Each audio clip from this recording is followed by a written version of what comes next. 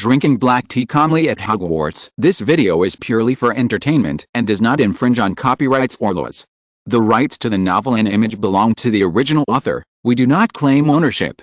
Don't like waiting and want to listen to this fanfic in full now? Subscribe to our Patreon, where you'll find the best fanfics. Chapter 201. As soon as Zhang Su, who was about to go back to the dormitory to sleep, walked into the castle foyer, he saw Leif flying in from the gate of the castle, and then flew along the stairs to the common room of the Lion Court. This is now a daily routine at Hogwarts.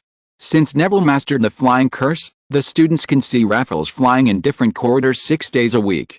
At first, the students of Oaksburtons and Durmstrang thought that the flying toad of life was some kind of magical animal.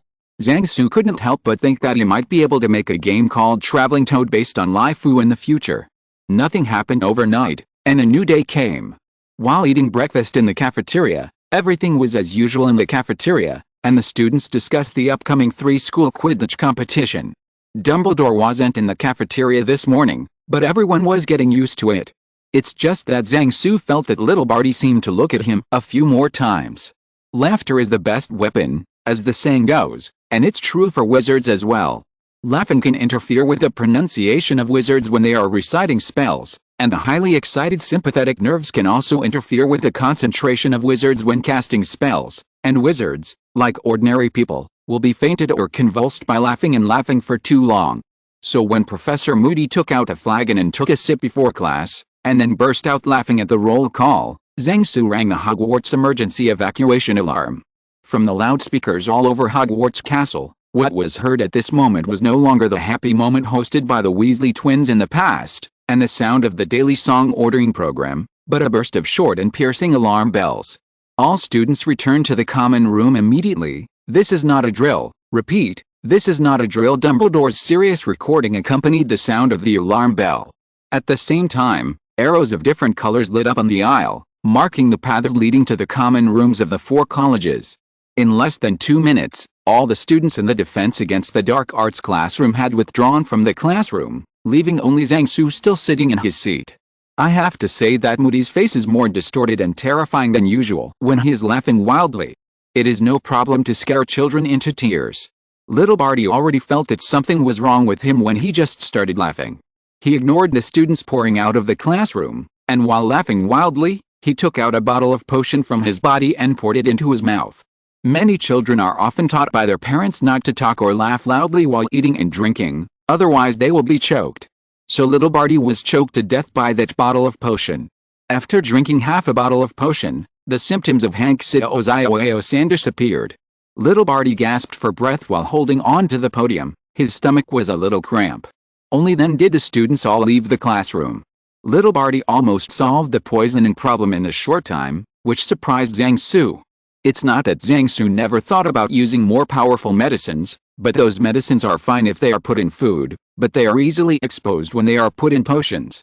In order to prevent the spell from flying around and hurting his classmates, Zhang Su's original plan was to wait until little Barty laughed until the students had left before he made a move, but the reality turned out to be a bit skinny. Facing the little Barty who was panting non-stop, Zhang Su didn't say much, just raised his wand and shot a spell over it. Oh, you paralyzed little Batty, who had already sensed that something was wrong, realized that he had been exposed. He had been watching Zhang Su's every move with his magic eyes just now. Little Barty jumped aside to avoid Zhang Su's paralyzing spell, and the podium that was hit by the spell exploded instantly. As soon as the little Barty who jumped away touched the ground, he felt his feet slip and fell to the ground. It was just now that Zhang Su used the transformation technique to conjure a piece of banana peel at his foothold. In line with the principle of beating a dog in the water, Zhang Su raised his cane and dropped it, and Moody's artificial leg was instantly torn apart. Zhang Su, who had taken the lead for a while, kept using magic spells to greet little Barty, trying to get rid of him in one go. But little Barty is worthy of being a Death Eater who has experienced many battles. Even without a leg, he was still able to roll and climb, and narrowly escaped Zhang Su's spell. Just when Zhang Su cast 2 spells, Barty cast a spell on himself, and then his body began to deform rapidly. Moody's fake eye fell out, and a new leg grew out of the original broken leg. Seeing the restored prototype of Barty Jr., Zhang Su accelerated his attack. In a very short time, Zhang Su cast 3 magic fronts without shadows on Barty Jr. Now Zhang Su doesn't want to keep his life alive anymore like before. Just now he had the advantage that Barty Jr. didn't recover, so he had a slight upper hand. Now that little Barty has recovered, Zhang Su will be in trouble. Although Zhang Su was able to fight with werewolves and even the Peruvian venomous dragon, and he was able to use his big moves to kill 8-eyed spiders and infernal corpses, but at that time he was playing the role of a berserker or a fort, and there was no magic that could hurt him at that time. In wizard duels, his experience and skills are not high, and he is usually good at dealing with other students, but he can only last a few minutes in front of Professor Flitwick. This chapter is not over. Click on the next page to continue reading. Waving the white flag of suspense. For a moment the situation was reversed. Barty Jr. began to gain the upper hand, and Zhang Su began to be suppressed. As the saying goes, to defeat an enemy stronger than yourself, you need to pull the opponent into the field you are familiar with, and then defeat the opponent with rich experience. After Zhang Su jumped behind the desk to escape a cruciatus curse shot by Barty Jr., a group of colorful paper cranes flew out from behind the desk and rushed towards Barty Jr. like a swarm of hornets. Facing the paper cranes swarming from all directions, little Barty didn't dare to take it lightly, and temporarily gave up the attack on Zhang Su, and concentrated on dealing with these thousands of paper cranes that would explode the spell. Relieved, Zhang Su immediately transformed the tables and chairs in front of him into a few gray wolves with transfiguration, and controlled them to pounce on little Barty. Little Barty was caught off guard and fell into disadvantage again. Just when little Barty had just finished off the 2 gray wolves, he heard a boom, and suddenly felt a sharp pain in his right hand, and the wand in his hand fell to the ground. Immediately afterwards, there were 2 more boom booms, and Barty Jr. was shot in both legs, and was thrown to the ground by a gray wolf. While controlling another gray wolf, Zhang Su took the magic wand that little Barty had dropped, and threw 2 golden ropes to tie up little Barty who was lying on the ground. After seeing that Lockhart, who was possessed by Riddle, could be tied with a strong golden rope to make little Barty into a rice dumpling, Zhang Su was relieved. After putting away the pistol, picking up the bullet casings on the ground, and using the flying curse to recover the bullets in Barty Jr.'s hands and feet, Zhang Su made it on a table, took out a can of giant Libeo and cooled it down with a magic wand, and drank it. At this time, little Barty, the big meat dumpling Crouch, was lying on the ground, struggling while muttering words. The spell you chanted is useless, so you can't untie the rope, Zhang Su said to little Barty. Facing little Barty's eyes full of hatred, Zhang Su took a sip of giant Libeo and continued, if you want to untie the rope, you must first recite the untie spell. After reciting the unbinding spell, read out the key. The keys of the 2 ropes are different, one is in Sichuan dialect and the other is in Guangzhou dialect. Then Zhang Su took out a few golden ropes and put them on the table next to him, and said to little Barty, I still have ropes for Zhuang, Yao, Gilyu, Hakka, Hokkien and Mongolian. Do you want to challenge it? The bewildered little Barty had never heard of these languages, and finally gave up struggling. How did you find out? Barty Jr. asked. I found out at the beginning. Zhang Su replied, you are too stupid. Why are you trying to steal Professor Snape's African tree snake skin, and steal so much at once? Just look up its usage and I can deduce that someone needs to make a lot of Polyjuice potion. Hogwarts paid you a lot of salary in advance before the start of school. If you have money, go to Diagon Alley to order it. Buy it together with other potion ingredients. Who knows what are you going to do? The professors at Hogwarts don't often purchase various materials. Barty Jr. said, my money goes to the Dark Lord. It's not easy for your master to ask for money, just ask Lucius Malfoy. Zhang Su said, does he dare not give it? Just then, the door of the classroom opened, and Professor McGonagall and Professor Flitwick came together. You came later than expected, Professor McGonagall, Professor Flitwick. Zhang Su said to the 2 of them. It's great that you're fine, Zhang. Professor Flitwick shouted happily, you caught him. It's just a fluke. Zhang Su said with a smile, if I didn't use some other methods, I could only escape. Has Professor Moody been rescued? Zhang Su then asked. He was rescued, but his condition is very bad, he is too weak. Professor McGonagall replied, he is now being sent to the school infirmary. That's good. Zhang Su said. Then what should we do with him? Zhang Su asked, pointing to little Barty on the ground. We need to find an absolutely safe place to lock him up, and then deal with him when Professor Dumbledore comes back, Professor McGonagall said. Is it an absolutely safe place? I know such a place. Zhang Su said. Half an hour later, in the Slytherin Chamber of Secrets located underground at Hogwarts, Zhang Su knocked the stunned Barty to the ground. Okay, let's lock him here first. Everything will be discussed when Professor Dumbledore comes back. Zhang Su said to Professor McGonagall, Professor Flitwick and Harry Potter who came to open the door. The three of Professor McGonagall looked at little Barty, who was tied into a ball by 8 ropes, and nodded. After leaving the secret room, Zhang Su suddenly remembered something, and said to Harry, Harry, you immediately asked Dobby to take Winky to Black's house, and let Winky learn from Creature of Black's house. Looking at Harry's puzzled eyes, Zhang Su explained, Winky used to be the house elf of the Crouch family. I was afraid that she would let Barty Crouch Jr., so I have to let Winky leave Hogwarts first. You will be clear with Dobby that Winky cannot be returned to Hogwarts without an order from Professor Dumbledore. After hearing the words, Harry realized the seriousness of the matter, and immediately turned to the kitchen to find Dobby and Winky. Zhang Su walked towards the school infirmary. He was going to visit the hapless Professor Moody. Chapter 202. As the saying goes, there are only wrong names, but no mixed nicknames. Moody's nickname of Mad Eye shows that he is a crazy man in the eyes of everyone. But at the same time, he's arguably the greatest Auror of the modern era. It's just that the many years of Auror life on the verge of life and death have made the brave and tough him develop a suspicious character, which makes him even a little paranoid about being persecuted. As a result, Moody failed this time, and fell into the hands of Barty Jr. and Voldemort. Fortunately, Moody's life was not in danger. When he came to the school infirmary, Zhang Su didn't go into the ward, but came to Madame Pomfrey's office next door. For such a person whose mind is full of there are always people who want to harm me, Zhang Su, whom he doesn't know, rushes to him, and he will only ask for trouble. In the school doctor's office, Madame Pomfrey and Professor Sprout were quietly discussing Moody's treatment plan. Madame Pomfrey, how is Professor Moody's situation? Zhang Su asked. Very bad, Madame Pomfrey said with a frown. His body is too weak, and his spirit is very bad. I gave him medicine just now, and he needs a long rest. I hope Professor Dumbledore can come back before he wakes up. Professor Sprout said, he has just been rescued, and now he is very suspicious. Everyone looks like a Death Eater. It was Professor McGonagall just now. It was easy to calm him, and he was willing to drink the medicine.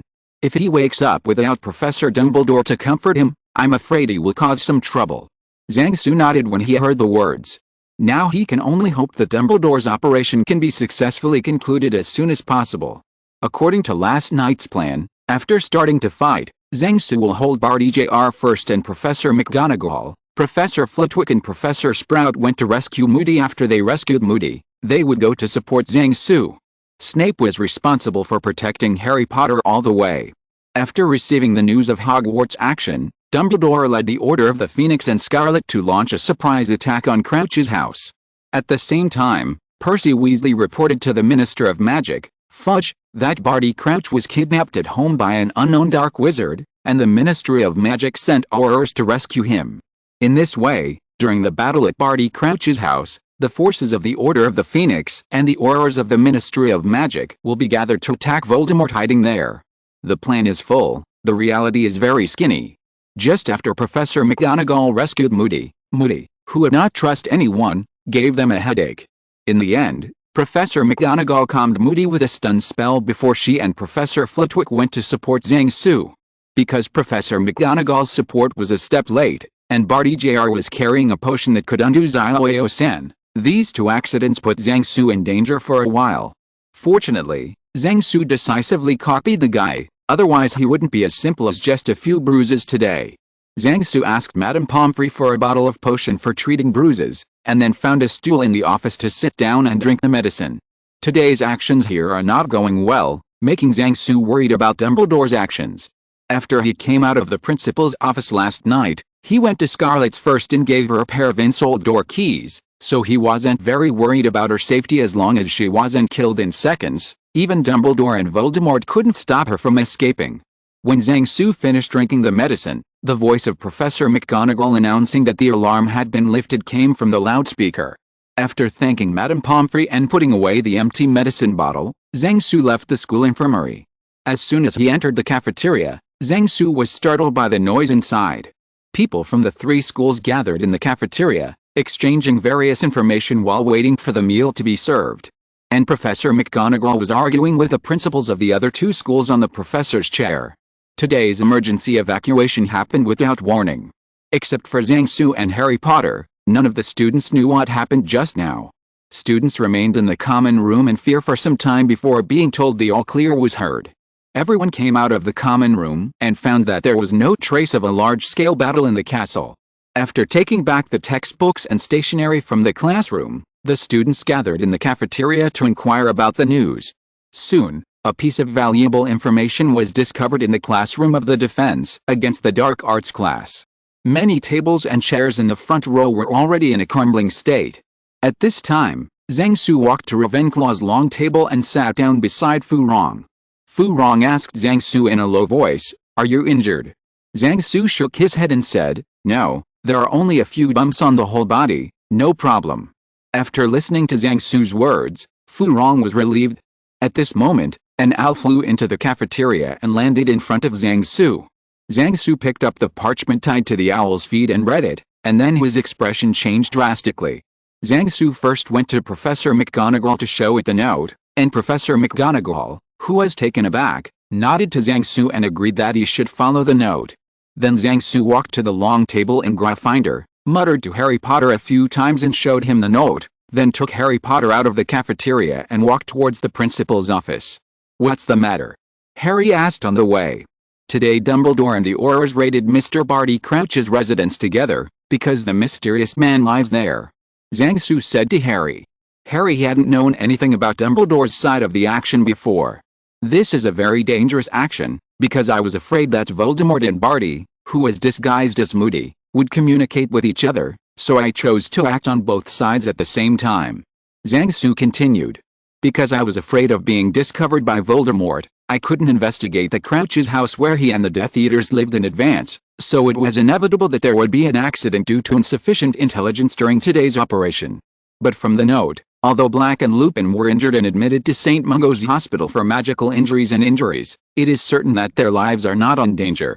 When Zhang Su and Harry came to the principal's office, they found that Snape was already waiting for them at the door. Snape took Harry and Zhang Su into the principal's office without saying a word after looking at Harry. Harry originally wanted to choke on Snape as a matter of routine, but because he was worried about Black and Lupin, he finally chose to shut up. Walking to the fireplace in the principal's office, Snape used flu powder and brought Zhang Su and Harry Potter to the hall of St. Mungo's Hospital for magical injuries and wounds. If you're listening to this novel on a channel other than Fanfic World, it means they downloaded and uploaded it without effort. We cordially invite you to visit our channel, Mundo Fanfic Novelis. There you'll find the original version of this story and you can explore many other novels of various genres. We're waiting for you to immerse yourself in a world of incredible novels. Chapter 203 Failed Raid. Outside a ward of St. Mungo's Hospital for Magical Injuries, Zhang Su saw Lupin and Black lying on the hospital bed in the ward. In the ward, a young witch is sitting by Lupin's bed. The traces of tears can be seen on her face. Harry Potter, who entered the ward first, had already rushed to Black's bed. Snape, who came with him, was muttering with Dumbledore and a man who looked like a doctor. Zhang Su could see a slightly raised arc from the corner of Snape's mouth. Zhang Su looked at the opposite ward again, and saw that there was only one person lying on the bed in that ward. Seeing the person lying on the bed clearly, Zhang Su suddenly felt cold hands and feet. Zhang Su walked into the ward, and Scarlet was lying on the bed as if he was asleep. Looking at Scarlet, who looked like a sleeping beauty on the bed, Zhang Su's mind went blank. Zhang Su slowly put his head above Scarlet's sleeping face, leaned up slowly, then stretched out his trembling right hand, and gently opened the eyelid of Scarlet's right eye. Seeing that Scarlet's pupils shrank under the stimulation of the light, Zhang Su breathed a sigh of relief. Immediately afterwards, Zhang Su was hit on the nose with a fist, causing blood to flow out, but it was like opening a sauce shop, salty, sour, spicy, all rolled out. "What are you doing?" Scarlet, who was sitting on the bed, said angrily. "I'm relieved to see that you're still alive." Zhang Su, who had stopped his nosebleed, said while wiping his nosebleed. "Then do you want to see if my heart is still beating?" Scarlet said angrily.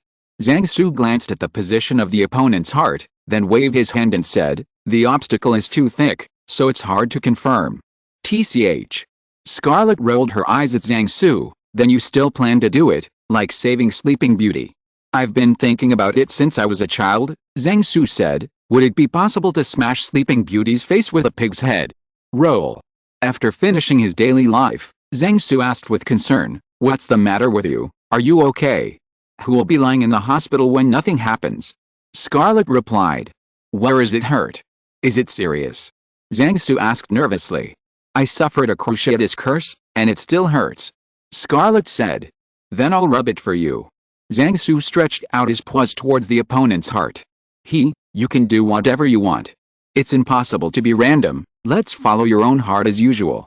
Zhang Su sat on the hospital bed, pulled Scarlet to his side, and helped her massage her temples. What's going on today? It doesn't seem to be going well, Zhang Su asked.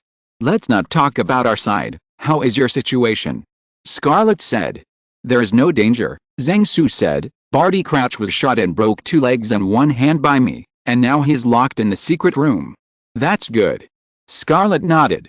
She knew that when Zhang Su suddenly used the hot weapon, unprepared wizards could easily fall for it. We screwed up here, Scarlet sighed. Barty Crouch is fine, but Bertha Jorkins is dead. From Scarlet's narration, Zhang Su knew what happened at that time. Early this morning, Dumbledore surrounded Crouch's house with several members of the Order of the Phoenix and Scarlet. When Professor McGonagall told Dumbledore through the double-sided mirror that Hogwarts was starting to do it, Dumbledore immediately ordered the action to start. As a result, the operation was not smooth from the very beginning. As soon as he rushed to the place not far from the house, Blake stepped on a magic trap and was blown up to the height of the 5-story building on the spot. Fortunately, the people following him saved him, otherwise it would be no wonder he didn't fall to his death. However, he was also injured by the explosion and fell into coma on the spot. In this way, the sneak attack becomes a strong attack. Under the cover of the stone man transformed by Dumbledore, everyone rushed to the house. At this moment, several spells shot out from the window. Lupin pushed Tonks beside him, and Tonks escaped the curse, but the curse hit Lupin, and Lupin lay down on the spot. Next, the Death Eaters in the room kept using magic to prevent Dumbledore and the others from approaching. But at the beginning we lost 2 Delicious. The members of the Order of the Phoenix had to slow down. At this time, Dumbledore showed the fighting power of Europe's #1 white wizard, taking the lead like Gandalf. He was the first to rush into the house after blocking a few spells shot at him. On the other side of the house, Scarlet also bursts into the house after blasting a hole in it. Immediately in front of her were the siblings Lecticaro and Amicus Carlo. Then several members of the Order of the Phoenix entered the house one after another, and the 2 sides fought together. However, the Aurors of the Ministry of Magic who were supposed to appear did not appear at this time, and Dumbledore was suddenly held back by several Death Eaters, and everyone in the Order of the Phoenix fell into a bitter battle. Just when Dumbledore got rid of the Death Eaters in front of him and climbed up to the 2nd floor, he only saw a Death Eater parading away holding the baby like Voldemort without even saying hello. At this moment, the Death Eaters downstairs suddenly threw a few objects, and the house was suddenly plunged into darkness. When the light was restored inside the house, all the Death Eaters paraded away. Except for the Carlo brothers and sisters who were knocked out by Scarlet with a Cruciatus curse because the dining room was blocked by broken furniture. Other Death Eaters were too late to rescue, including the few who were knocked out by Dumbledore just now. The Death Eaters were all rescued. Not long after the Death Eaters withdrew, Minister of Magic Fudge arrived with Percy and the Aurors. It was also in order to allow the Aurors to come over through apparition that Dumbledore did not arrange the magic to prohibit apparition from the beginning, which resulted in the Death Eaters running away with Voldemort. Next, Percy found Barty Crouch under the Imperious Curse in the basement, and then the Aurors found Bertha Jorkins' body buried in the grass in the garden. After listening to Scarlet's narration, Zhang Su gave up thinking. Before Voldemort recovered his body, he gathered some Death Eaters ahead of time. This is already out of the category of plot, which also means that basically plot can no longer be used as a reference in the future. This time the Death Eaters buried magic traps outside the house, probably inspired by the Quidditch World Cup. There was also the thing that finally plunged the whole room into darkness. Zhang Su decided to have a good talk with the Weasley twins after returning home. After chatting for a few more words, Scarlet and Zhang Su's arms Norton fell asleep. Zhang Su put Scarlet down and asked her to lie down, covered her with a quilt, put a few snacks she liked on the bedside table, and left. Zhang Su walked out of Scarlet's ward and came to Lupin and Black's ward. At this moment, he saw Dumbledore and Fudge whispering something aside. Both of them spoke very harshly. And Percy stood by Lupin's hospital bed with Harry. Zhang Su and Harry learned about the situation of Lupin and Black, and the situation of the two of them is not good. The potions they needed were very difficult to prepare, and the pharmacists at St. Mungo's Hospital for Magical Injuries and Injuries were not too confident that they could successfully prepare the potions in a short time, so Dumbledore called Snape over to them today. The two prepared the potion. Zhang Su can now be sure that Snape, who has double happiness, is already smiling in his heart. Although Dumbledore was watching, Snape didn't dare to make too many moves. However, Zhang Su believed that Snape could achieve this by adding a variety of unpleasant side effects under the premise of ensuring the effect of the potion. And Dumbledore had originally planned to make Lupin a temporary professor of defense against the dark arts for the rest of the school year. Now that Lupin had fallen into Snape's hands, Lupin would definitely not be able to accept this task anymore, so Snape was the only one in Hogwarts to concurrently be the professor of defense against the dark arts. In Zhang Su's mind, Snape let out a curator-like laugh at this moment.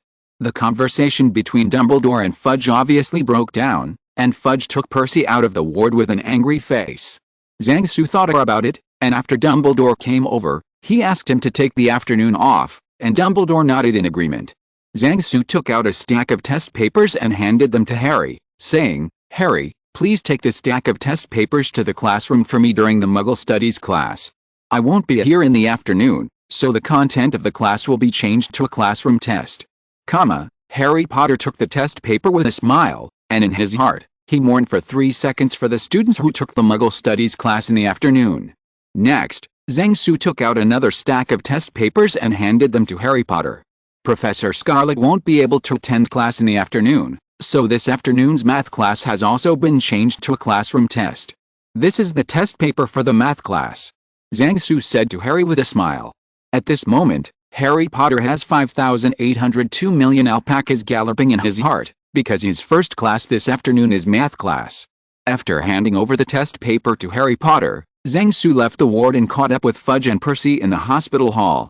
Chapter 204 Taking Advantage of Your Illness, I Ask You for Money. Mr. Minister, long time no see. Zhang Su greeted Fudge after catching up. Just now Fudge and Dumbledore broke down, and when he walked out of the ward angrily, he saw Zhang Su, but he was not in the mood to say hello to Zhang Su at that time. Now that his anger has dissipated, and he has always had a good impression of Zhang Su, so Fuji exchanged a few words with Zhang Su, who came to say hello. After exchanging pleasantries, Zhang Su put forward his request straight to the point. Mr. Minister, I want to go to Azkaban and hope to get your approval. Hearing this, Fudge looked at Zhang Su with a strange expression on his face. It's a big or small thing, and no one is going to go to the state prison for nothing to do. If Zhang Su was going to visit the prison, it would be a small problem, but Fudge knew that there was no acquaintance of Zhang Su in Azkaban, so if Zhang Su wanted to make trouble, it would be a lot of fun. Seeing Fudge's doubts, Zhang Su explained, I saw a house in Hogsmeade, and I want to buy it. That house belongs to Rodolphe Lestrange and his wife, Belle. The property of Latrix Lestrange, I need the consent of both of them to buy it. But they are both locked up in Azkaban now, so I want to talk to them. After listening to Zhang Su's explanation, Fudge was relieved. Such things were not uncommon after the downfall of Voldemort. For hundreds of years, when a prisoner was imprisoned in Azkaban by the whole family, their property would be swallowed up by a group of people at a low price. Wizards, like Muggles, are greedy when it comes to gold coins. A man driven mad by Dementors is obviously a good bargain. It's just that everyone cares about face, and eating will not be too ugly. When people are not dead, everyone will only eat less than, % of each other's property. When people are about to die, everyone will eat the remaining, % many. So when Fuji knew that Zhang Su was just asking for money, he readily agreed to Zhang Su's request. Fudge said to Percy on the side, Weasley, you are now in charge of taking Mr. Zhang to Azkaban, and then help him complete the formalities of the property. After receiving the minister's order, Percy naturally nodded in agreement, expressing that he would definitely get things done.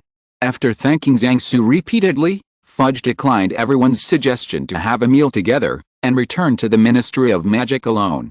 After leaving St. Mungo's Hospital for Magical Injuries and Injuries, Zhang Su first invited Percy to have lunch at a nearby restaurant. Zhang Su rushed over just now before he had lunch. After lunch, the two found an empty alley, and then Percy used apparition to bring Zhang Su to Azkaban.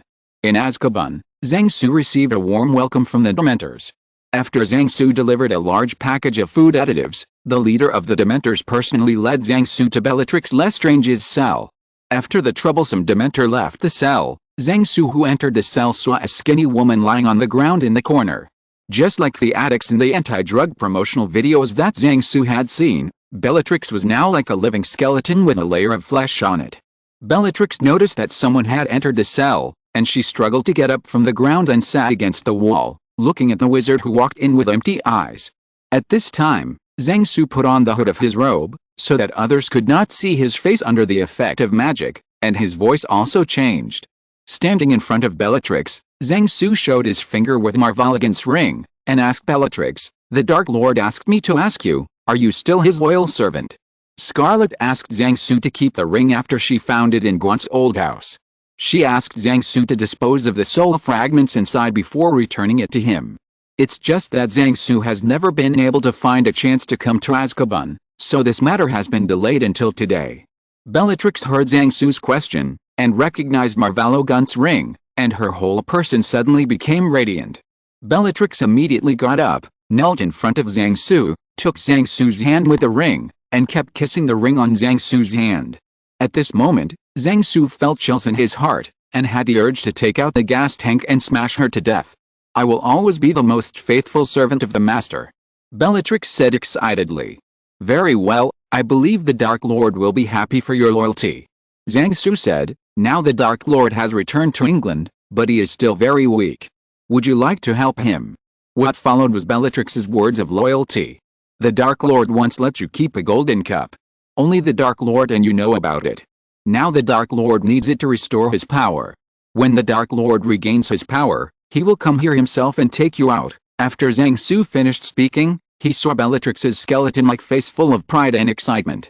"That gold cup is in my vault at Gringotts," said Bellatrix. Zhang Su nodded, took out the parchment and quill pen and handed them to Bellatrix, and then said, "Very well, you write an anonymous treasury property transfer document, and I will hand them all over to the Black Man. Demon Kings." What Zhang Su said to Bellatrix was to hand over them to Voldemort, implying that except Hufflepuff's gold cup, all the rest of the property should also be handed over. Zhang Su is not afraid that Bellatrix will be reluctant to part with the money. As Voldemort's #1 fan, Bellatrix can even help Voldemort have children, so why not donate some money? Bellatrix, who understood Zhang Su's suggestion, immediately took the parchment, wrote down that all the property in her vault should be handed over to the person who holds this document, and then bit her finger and pressed a sign on the signature of the document blood fingerprints. With this blood fingerprint, Gringotts can be sure that this document is authentic. Zhang Su had asked Percy about the money transfer in Gringotts before. In the absence of the vault owner, transfers from the vault need to be submitted to Gringotts to prove that it is issued by the vault owner, just like when Hagrid took Harry Potter to Gringotts for the first time. He issued a letter from Dumbledore before he could take the Sorcerer's Stone from the vault. Moreover, there are two types of transfer documents, registered and unregistered. The former is transferred to a specific person, and the latter is transferred to whoever holds the transferred document. Zhang Su heaved a sigh of relief after receiving the anonymous property transfer document written by Bellatrix. Then Zhang Su fooled Bellatrix again and asked her to give Zhang Su their house in Hogsmeade. After explaining to Bellatrix a few words to eat more to keep healthy and wait for the Dark Lord to pick him up, Zhang Su left Bellatrix's cell with the property handover documents and real estate gift documents. While walking towards Rodolphe Lestrange's cell, a bold idea suddenly popped up in Zhang Su's mind. 2 hours later, when Zhang Su and Percy returned to London together, there was a thick stack of Death Eater's Gringotts vault property handover documents in Zhang Su's treasure bag. The Death Eaters in Azkaban, under the dual effects of Dementors and food additives, have been made so brainless. The shard of Voldemort's soul in Marvaligant's ring is not as active as the one in the notebook and locket, but it can still affect other people. Zhang Su used the ring to open the way, and the Death Eaters, who felt the warmth of Voldemort's soul, saw the ring as if they were seeing people under the influence of the Horcrux. They regarded Zhang Su as Voldemort's emissary without a trace of doubt, and donated their treasury one after another. In the end, Zhang Su made a fortune. The Death Eaters knew the news of Voldemort's return, the leader of the Dementors enjoyed the delicious meal in the ring, and all three parties were happy for a while, gratifying and congratulating. After returning to Diagon Alley, Zhang Su bid farewell to Percy, who was going back to the Ministry of Magic, and came to Gringotts by himself. Zhang Su, wearing a hood, walked straight into the VIP reception room in Gringotts, and opened a new vault with the highest level of secrecy in Gringotts. How can a man not have some private money this time? All the money collected from the Death Eaters was transferred to this newly opened number 233 vault, not the number 666 vault that had been taken with Fleur before. Standing in front of the vault door, Zhang Su watched the goblins pull carloads of gold coins and various valuable collectibles into his vault, laughing until his face cramped. After the goblins pulled the last card of gold coins into the vault and put all the collectibles on the shelf, Zhang Su sent the goblins out of the vault, and then found Hufflepuff on the shelf with the help of the Horcrux detector, the Golden Cup, and finally left Gringotts with a Golden Cup. It was getting dark at this time. In order to avoid long nights and dreams, Zhang Su decided to solve the problem of Jinbei immediately. Zhang Su went to the burrow of the Wheel Eyes with flue powder through the fireplace of the Leaky Cauldron. Zhang Su's sudden visit surprised and delighted the Weasley family. After a sumptuous dinner, Zhang Su asked Percy to take him to Azkaban again, and delivered a midnight snack to the leader of the Dementors. When Zhang Su returned to Hogwarts after finishing everything, it was already late. Back in the dormitory, Zhang Su sat at his desk and wrote a letter. The house that Zhang Su bought from Rodolphe Lestrange and Bellatrix Lestrange is located in the center of Hogsmeade. Zhang Su, who likes quiet, doesn't like this house very much. He likes the location where he is now renting the house on the mountainside. Anyway, there is no concept of a school district house in the British magic world, so Zhang Su wrote to the owner of the house, who is a relative of Neville Longbottom, after obtaining Fu Rong's consent, to discuss how to exchange the property. Zhang Su tied a written letter to the leg of the owl that he had brought back on the way back to the dormitory just now, and then sent the owl out of the window.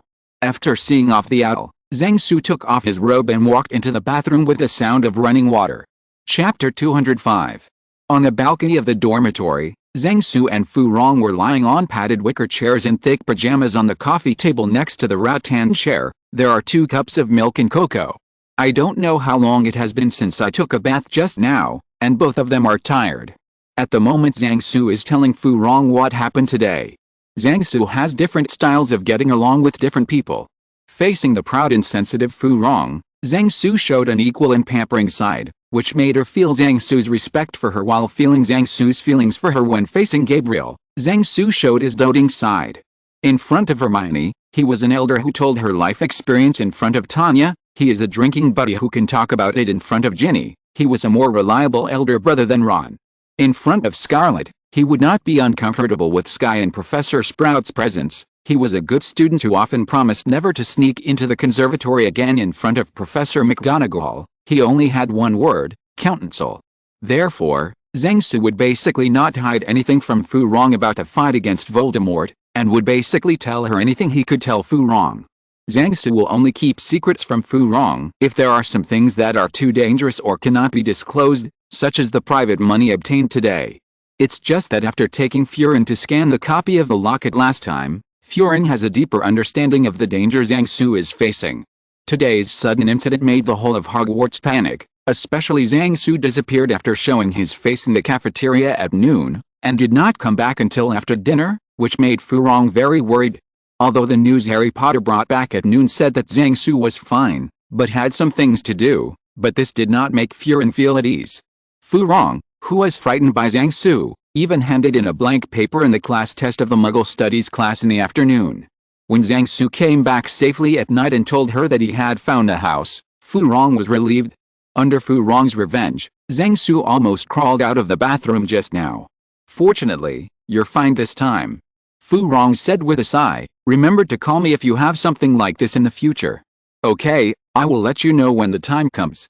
Zhang Su assured Furin in the same tone that he promised Professor Sprout that he would not sneak into the greenhouse again. From the bottom of his heart, Zhang Su didn't want Fu Rong to participate in the action against Voldemort. He could promise Fu Rong other things, but he had his own insistence on this matter. Thinking that in a few months, Furin would go to Huaxia University after graduating from Buttons, so Zhang Su felt relieved. How is the recent practice and training going? Zhang Su changed the subject. The practice is okay, now I go to receive Madame Maxim's teaching every other night, and I will definitely not lose the chain in the last game. Fu Rong said, now the Quidditch pitch is used by our 3 schools in turn for practice. Damn it, why didn't you get selected for the Hogwarts school team? At the end, Furin was a little angry. It turned out that she thought she could compete with Zhang Su on the Quidditch field, but in the end Zhang Su was not included in the school team roster. Zhang Su could only shake his head helplessly. When the captains of the 4 college teams at Hogwarts determined the final candidates, it was discovered that the warriors of Boxburton and Durmstrang were all players of their respective school teams. They looked at their 2 warriors, and everyone was a little unsure. Cedric is the seeker of the Badger Yard, but Harry Potter is a seeker at the same level as Cedric. With the addition of the broomstick, Harry Potter's level is even higher than Cedric's Gramline. So after seeking the consent of the parties involved, Cedric agreed to give up the position of the seeker and act as the chaser himself. Ron has only 1 official Quidditch game experience. He is the backup goalkeeper of the Lions team. Letting him serve as the goalkeeper is a test of the heart load, and it is not surprising that the heart almost suffered a heart attack on the spot. And Zhang Su's superb performance when he was the goalkeeper last year is vividly remembered by everyone, which makes everyone feel difficult. Let Zhang Su play, Ron can't play. This will have a bad effect on the reputation of the Hogwarts Warriors. Because this competition also sells tickets to the outside world, and the audience saw that one of the 4 warriors did not play, they naturally had opinions. Let Ron play, this thing is too challenging for the heart. So the 4 captains called the 2 parties involved. After clarifying the problem, Zhang Su said to everyone, flip a coin to decide. So Ron was chosen. This result made Fu Rong angry for a long time. Don't think about it so much, maybe we will still have the chance to be opponents on the field in the future. Zhang Su said. Fu Rong took Zhang Su to comfort herself, so she stopped talking after humming twice. It was late at night. Zhang Su and Fu Rong went back to the bedroom to rest after chatting for a while. The next day, Barty Crouch Jr. impersonating Moody was officially announced by Dumbledore during breakfast, and the news immediately caused an uproar in Hogwarts. Boxburton and Durmstrang were also friends, inexplicably surprised. At this time, Madame Maxim and Karkaroff were secretly having fun. After all, it was rare to see Dumbledore, the headmaster who overwhelmed him, make a mistake. After breakfast, the owl delivered today's Daily Prophet. Newspapers reported yesterday's fight at Crouch's house. However, there was no mention of Dumbledore and the people he brought with him in the report, and all the credit was given to Percy, who reported the letter to Fudge as planned, and the Aurors who Fudge brought later. The cause and effect of the incident also became the revenge of the relatives and friends of the Dark Wizard, who was sentenced to prison by Barty Crouch more than 10 years ago. As for the Carlo brothers and sisters who were caught on the spot, only half a line was used to mention them in the newspaper. The Death Eater Voldemort didn't exist. As for the captured Barty Crouch Jr., he is still locked in the secret room. Dumbledore did not ask Zhang Su to untie the golden rope on his body. Yesterday Dumbledore took Veritaserum to interrogate him for an afternoon, and then arranged for a house elf who had worked at Hogwarts for several generations to take care of him and prevent him from starving to death. Zhang Su estimated that Dumbledore would hold a card of Barty Crouch Jr. firmly in his hand after seeing today's news, and would not easily play it out. As for the news of Voldemort's return, Dumbledore didn't say anything. Zhang Su didn't know what he was thinking about, so he didn't say much. After writing a note telling Dumbledore that he had solved the problems of the 2 Horcruxes, the ring and the gold cup, Zhang Su ignored other things and resumed enjoying his campus life, waiting for the 3rd headmaster the start of the odd game. Chapter 206 I may have traveled through a fake Harry Potter world. On the Quidditch pitch, Ron rode a broom and focused on the situation on the pitch. Today is the last Quidditch match of the 3 schools, Hogwarts vs. Boxburtons. The first match on the first day of the Easter break was Hogwarts against Durmstrang. The biggest highlight of this game is the Seeker battle between the 2 sides. One side's Seeker is Harry Potter, the savior of Britain and the star of the wizarding world, and the other side is to catch the golden snitch in last year's Quidditch World Cup final Victor Krum. From the start of the game, the 2 Seekers battled fiercely, fighting for every inch of space. Just as the battle between the 2 Seekers reached a stalemate, the audience found that the contest between other players also showed a trend of sparks hitting the earth. Durmstrang, who can train such an outstanding player as Crumb, naturally has a high level of Quidditch. At the beginning of the game, under the cover of the batsman, the chasers of the Durmstrang team launched waves of attacks towards the Hogwarts goal like waves. In the first 5 minutes of the game, Durmstrang the number of shots for the strong team accounted for, % of the number of shots in the game. However, what Durmstrang's 3 chasers faced today was Gordon Banks, Raymond Clemens, Peter Shilton's spirit-possessed Hogwarts keeper Ron Weasley. Under the 5-minute indiscriminate bombardment, Ron was the only one who was at the gate and no one was open. Miraculously blocked all Durmstrang's shots from the goal, making the audience's attention shift from the secret battle to the goal. Inside the stadium, with Ron's efforts, the Hogwarts team stabilized their position under the tide of attacks from their opponents, and began to launch a counterattack under the leadership of Cedric. It has to be said that the overall strength of the Durmstrang team is higher than that of the Hogwarts team. Throughout the game, the number of attacks by the Durmstrang team accounted for more than, % of the entire game. However, Ron did his job and didn't give Durmstrang any chance. He miraculously blocked, % of the shots from Durmstrang's chasers. In the next game, Ron defended Durmstrang's chasers into doubting life. In the Seekers battle, the amateur player Harry finally lost to the professional player Crumb. After a fierce battle, the Golden Snitch was finally caught by Crumb. Relying on Ron's godlike defense, Hogwarts narrowly lost by, points. In the second game, Boxburton and Durmstrang fought each other. During the game, Boxburton's seeker Tonya used interference tactics to interfere with Crumb non-stop. On the court, the two teams fought against each other. Early on, Durmstrang's chasers took the lead and found confidence in Boxburton's keeper. The mentality of Durmstrang's chasers gradually returned, but this was the beginning of their keeper's life of doubt. Durmstrang's keeper faced Boxburton's chaser Fleur-Delacour, whose rage was off the charts. Because of someone Zhang Fu wrong on the court was filled with a lot of anger, so she vented her anger on the court. As a result, Durmstrang's goalkeeper felt sad, and every time he saw Fleur coming over with a quaffle in a murderous spirit, his momentum weakened. In addition, in order to calm Furin's anger, someone Zhang lent her his vector propulsion broom before. With the help of the weird maneuverability of the vector propulsion broom, the quaffle thrown by Furin came from Durmstrang again and again. The goalkeeper flew past and got into the goal. This made Durmstrang's final score less than Boxburton's by 10 points when Crumb got rid of Tonya's interference and caught the snitch. But now, facing Fleur, who was still angry, Ron was staring intently at the quaffle in her hand amidst the singing of Weasley's Our King in the audience. Ron, who knew the cause and effect of the matter, was the same as Fu Rong, and at the same time he scolded Zhang Su in his heart. 3 sneeze Zhang Su, who was thousands of miles away, turned his head and sneezed twice in a row. Xiao Zhang, do you have a cold? An old man sitting opposite Zhang Su asked with concern. It's okay, maybe someone missed me. Zhang Su said after wiping his nose with a tissue. It's your girlfriend who missed you. I'm so sorry to call you back suddenly. The old man adjusted his glasses and said, how about I ask someone to bring you some salted goose, soup dumplings and 60 dumplings. When you go back to school, take it back to make amends to your girlfriend. Thank you, Chief, I don't need it anymore. Zhang Su waved his hand and said, I have these small problems. Now Zhang Su is in the study of Zhao's hometown in Beijing. In addition to Zhang Su, Mr. Zhao and the elder who talked to Zhang Su just now, there are also several characters who usually appear in the first 5 minutes of the news broadcast. Zhang Su picked up the notebook again and continued to talk about the contents inside.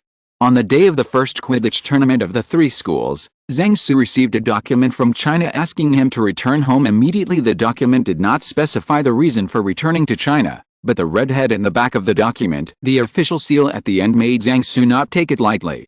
After speaking with Fu Rong, Zhang Su immediately ran to ask Dumbledore for leave.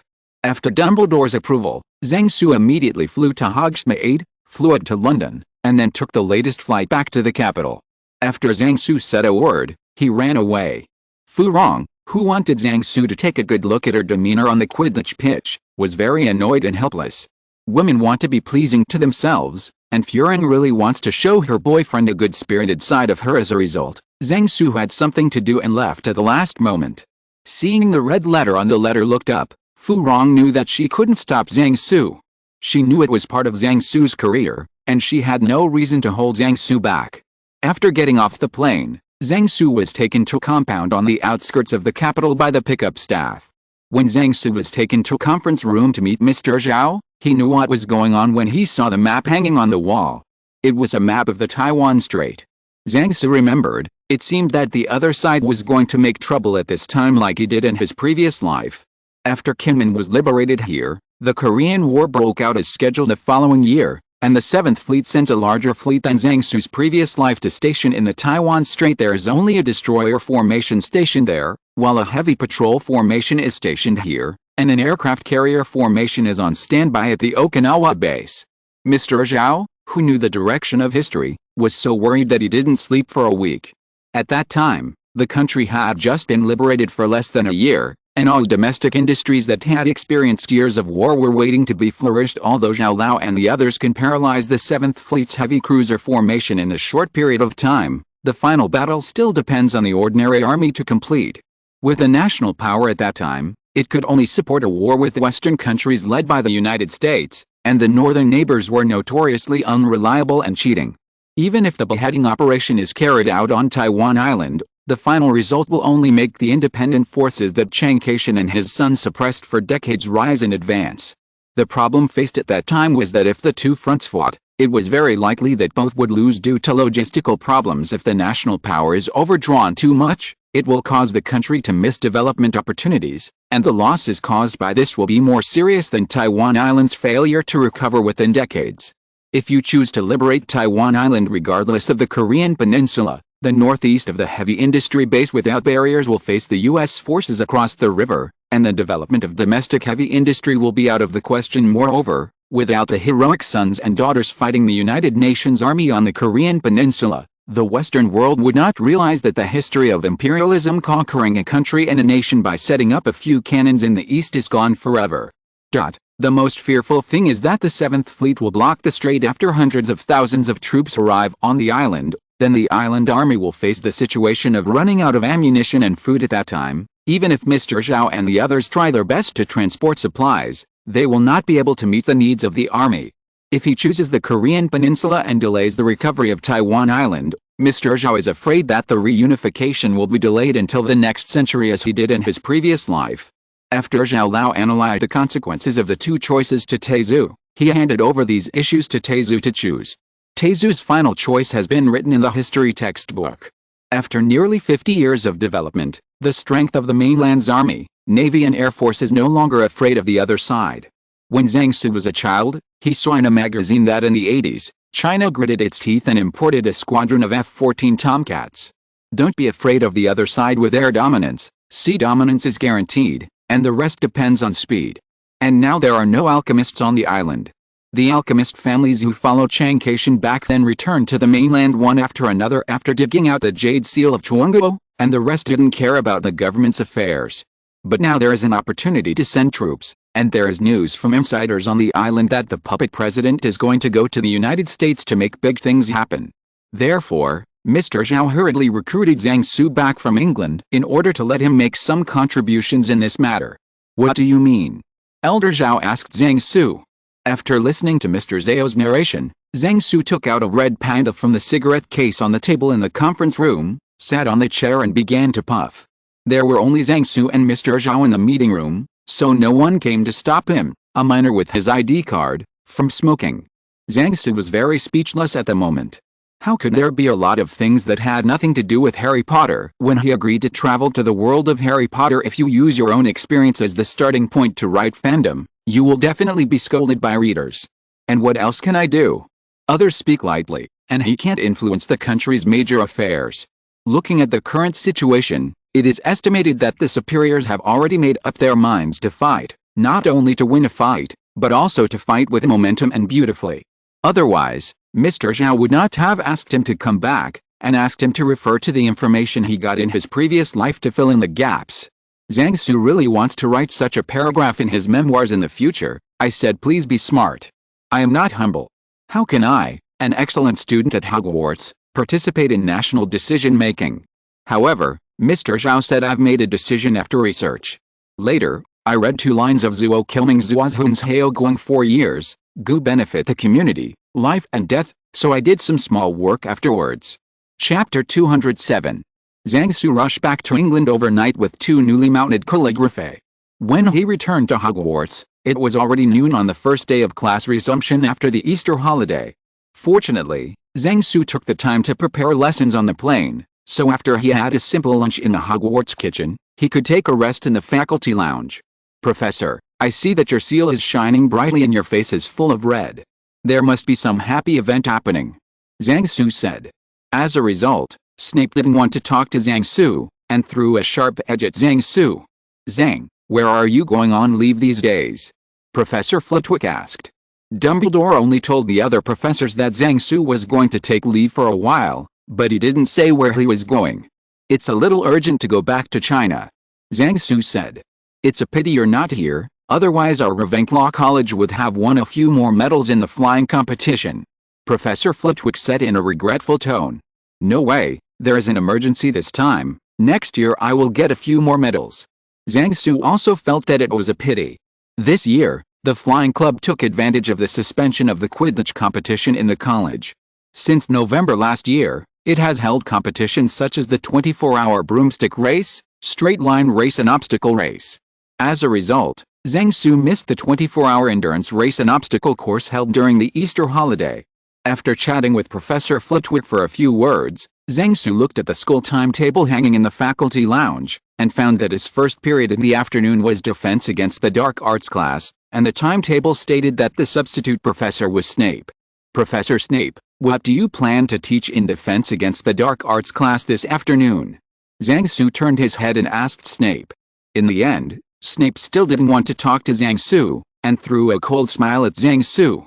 Seeing Snape's expression, Zhang Su felt that Snape seemed to be making trouble. Sure enough, Professor Snape, who was acting as a substitute again, played brilliantly again in today's Defense Against the Dark Arts class. During class, Snape brought Zhang Su and the others to the edge of the chestnut forest beyond the Forbidden Forest. Prior to this, you have learned a lot about how to deal with black magic and dark wizards in class. I think it's time for you to experience the battle between wizards. As soon as Snape finished speaking, the students whispered excitedly. Then Snape opened a suitcase he brought, which contained transparent crystal balls the size of a fist, and then Snape said, "The person whose name I read comes to get a crystal ball and walk into this chestnut forest. After 10 minutes, half of the crystal balls will turn white and the other half will turn black.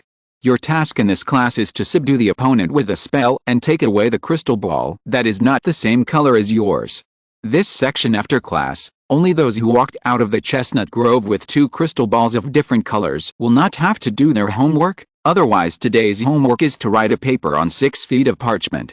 Remember, jinxes are forbidden.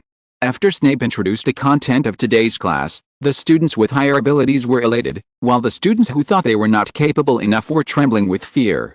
Zhang Su looked at Snape in surprise. He didn't expect you, a cold-eyed person, to be so good at playing. When the other students walked into the chestnut grove with crystal balls, Zhang Su was playing with a crystal ball which was slowly turning white beside Snape, without any intention of going into the chestnut grove. Looking at Snape's puzzled eyes, Zhang Su said, "Professor Snape, I have the privilege of not having to do my homework, so it doesn't make sense for me to grab another crystal ball." Snape, finally, Zhang Su, who was driven into the chestnut forest by Snape, took the crystal ball in his hand was sold for 5 galleons. After finishing the Defense Against the Dark Arts class, Zhang Su came to the Muggle Studies classroom early. As soon as Zhang Su opened the door, someone flew over from behind and knocked him into the classroom. Through the familiar touch on the back, Zhang Su knew that this was Fu Rong, whom he hadn't seen for many days. "When did you come back?" Fu Rong, who hugged Zhang Su's neck from behind and hung herself on Zhang Su's body, asked. "I came back after lunch at noon, and I went to class after a short break." Zhang Su stretched out his hand and pinched Fu Rong's outstretched face. "Will you leave again?" Fu Rong asked. "I will definitely not leave for the rest of this semester," Zhang Su replied. At this time, the students who were preparing for class began to enter the classroom one after another, and the two chatted for a few more words. After that, Fu Rong returned to her seat to prepare, and Zhang Su started to prepare for today's lecture on the podium. The content of this class is the decisive role of practice in cognition. In the class, the professor gave a wonderful lecture, and the students were confused. After class, Zhang Su, who was packing up his things and going to have dinner with Fu Rong, suddenly realized that he seemed to have forgotten something very important during this time. After Zhang Su served Gabriel a serving of spaghetti at the dining table, he suddenly remembered that Barty Crouch Jr. was still tied up with several golden ropes of his own. Thinking of this, Zhang Su's cold sweat broke out unceasingly. Barty Crouch, who has been tied up for so many days, can't go to the bathroom, so can his golden rope still be used in the future? After a hasty meal, Zhang Su hurried to Dumbledore's office and asked about the current situation of Barty Crouch Jr. Dumbledore was also speechless. He was also having a headache about this matter. He just wanted to ask Zhang Su to come over and untie the rope on little Barty. Zhang Su came. According to the house elf who has been taking care of little Barty, now Barty Jr. has a stiff neck. It has to be said that Dumbledore is a genius in language. Having learned the mermaid language, he can learn Parseltongue by rote without any pressure. Now he can go to the secret room by himself without taking Harry. In the Chamber of Secrets, Dumbledore handed Zhang Su the golden rope that he had cleaned up himself. Although Dumbledore repeatedly assured that the golden ropes that he had personally cleaned with clean-up were as clean as they had just left the factory, Zhang Su still refused to take back these golden ropes. After formatting the key, Zhang Su doubled the price, and then asked Dumbledore if he was interested in buying all these golden ropes. As a result, after some haggling, Dumbledore bought the golden ropes after cutting Zhang Su's price in half. On the way out of the Chamber of Secrets, Zhang Su heard Dumbledore say that Fudge, the Minister of Magic, still did not accept the fact that Voldemort came back. He blamed the kidnapping of Barty Crouch and the death of Bertha Jorkins on the arrested Carlo siblings. Barty Crouch, one of the victims, has remained silent, saying that he knew nothing on the grounds that he was controlled by the Imperious Curse. So now Barty Crouch Jr. is an important card in Dumbledore's hand, and he will not play it unless necessary. Zhang Su can only shrug his shoulders. Behind this is Fudge, who is full of Dumbledore wants to harm me, fearing that Loudang will rebel and seize power. Although Zhang Su has hinted at Fudge before, Dumbledore may die soon when he is old, so don't be so wary of Dumbledore, but Fudge still didn't believe Zhang Su's words in the end. You can't wake up a person who pretends to be asleep, unless you pour a pot of freshly boiled water or boiling oil on him, otherwise such a person can't wake up unless Voldemort appeared in public in person. Fudge would just continue to cover up. Chapter 208 A maze that Dosnin number 039, T-Kill Warriors is not a good maze. In the principal's office, Dumbledore and a group of Hogwarts professors were surrounding a large table with a sand table. This sandbox is a model of the maze used in the final match of the Triwizard Tournament. Standing beside the sand table, Zhang Su held a huge protractor in one hand and a long ruler in the other, and positioned himself on the sand table while looking at a drawing beside him. After determining the 5 positions, Zhang Su picked up 5 stones and placed them in the corresponding positions in the maze. After placing the stones, Zhang Su patted the non-existent dust on his hands, then nodded to Dumbledore. Dumbledore raised his wand and tapped the 5 stones several times in turn, and a faint mist suddenly appeared in the circle surrounded by the 5 stones on the sand table. Then Zhang Su put the borrowed Lifu in, and saw Lifu jumping around in the circle, as if he couldn't tell the difference between east, west, and north. Every time he was about to jump out, he would turn his head and jump to the center of the circle. In the next half an hour, Lifu has not been able to escape from the circle surrounded by these 5 stones. Seeing that the effect was good, Dumbledore nodded in satisfaction. The professors around the sand table were also very satisfied with this, and everyone nodded like Dumbledore. What Zhang Su arranged in the sand table of the maze was a miniature version of the ecstasy array.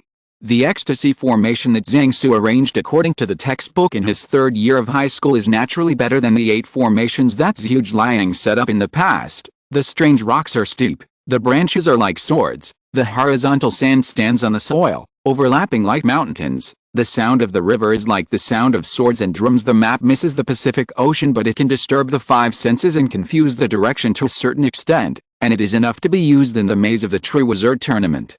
As a toad without much intelligence, Lifu was naturally affected much more seriously than humans, and it could only bump around in the ecstasy circle. Zhang Su had set up a similar formation around the Screaming Shack many years ago, and it has been working well. The professors have studied this formation, so they agree that Zhang Su should arrange a better one in the maze. Period.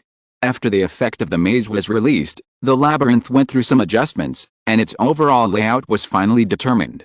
After determining the overall layout of the maze, the professors at Hogwarts began to discuss and place various obstacles in the maze.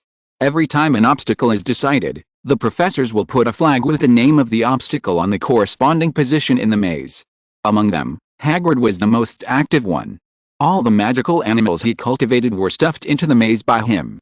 Snape set some traps so that the warriors must be poisoned, and then there must be an antidote within 20 steps, provided you can find it. And Professor Sprout even contributed the immature mandrakes in the greenhouse. Naturally, Zhang would not let go of such an opportunity to play nicely.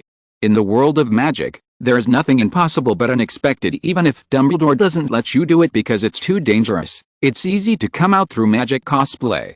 The professors have been busy for a whole Sunday, and finally designed the competition maze.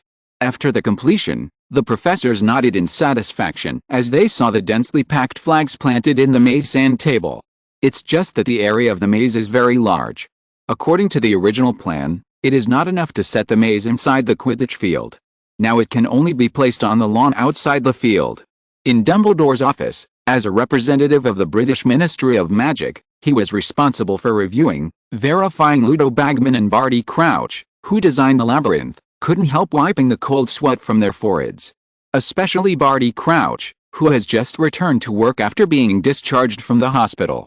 At this moment, he is afraid that people from friendly countries who come to participate in the competition will get stuck in the maze, and diplomatic disputes will cause trouble. Professor Dumbledore, Ludo Bagman asked cautiously, is the maze too difficult? He saw the enthusiasm of the Hogwarts professors when they designed traps just now. He felt that the professors were not designing mazes, but designing final exam papers, and they were seriously over the top. Dumbledore smiled slightly at Ludo Bagman, and then said, is it difficult? I don't think it is difficult at all. I believe that the Hogwarts warriors will achieve good results. After hearing Dumbledore's answer, Ludo Bagman stopped talking after wiping the sweat from his forehead. Sitting back on the chair, Ludo Bagman glanced at someone Zhang who was drinking tea, and he arranged the most tricks among the obstacles in the maze. For example, let the warriors step on the magic trap and return to the starting point. The magic and physical defense are extremely high. Only by jumping on its back and stepping on the turtle shell can it subdue the big turtle. It is installed in a wooden box floating in midair.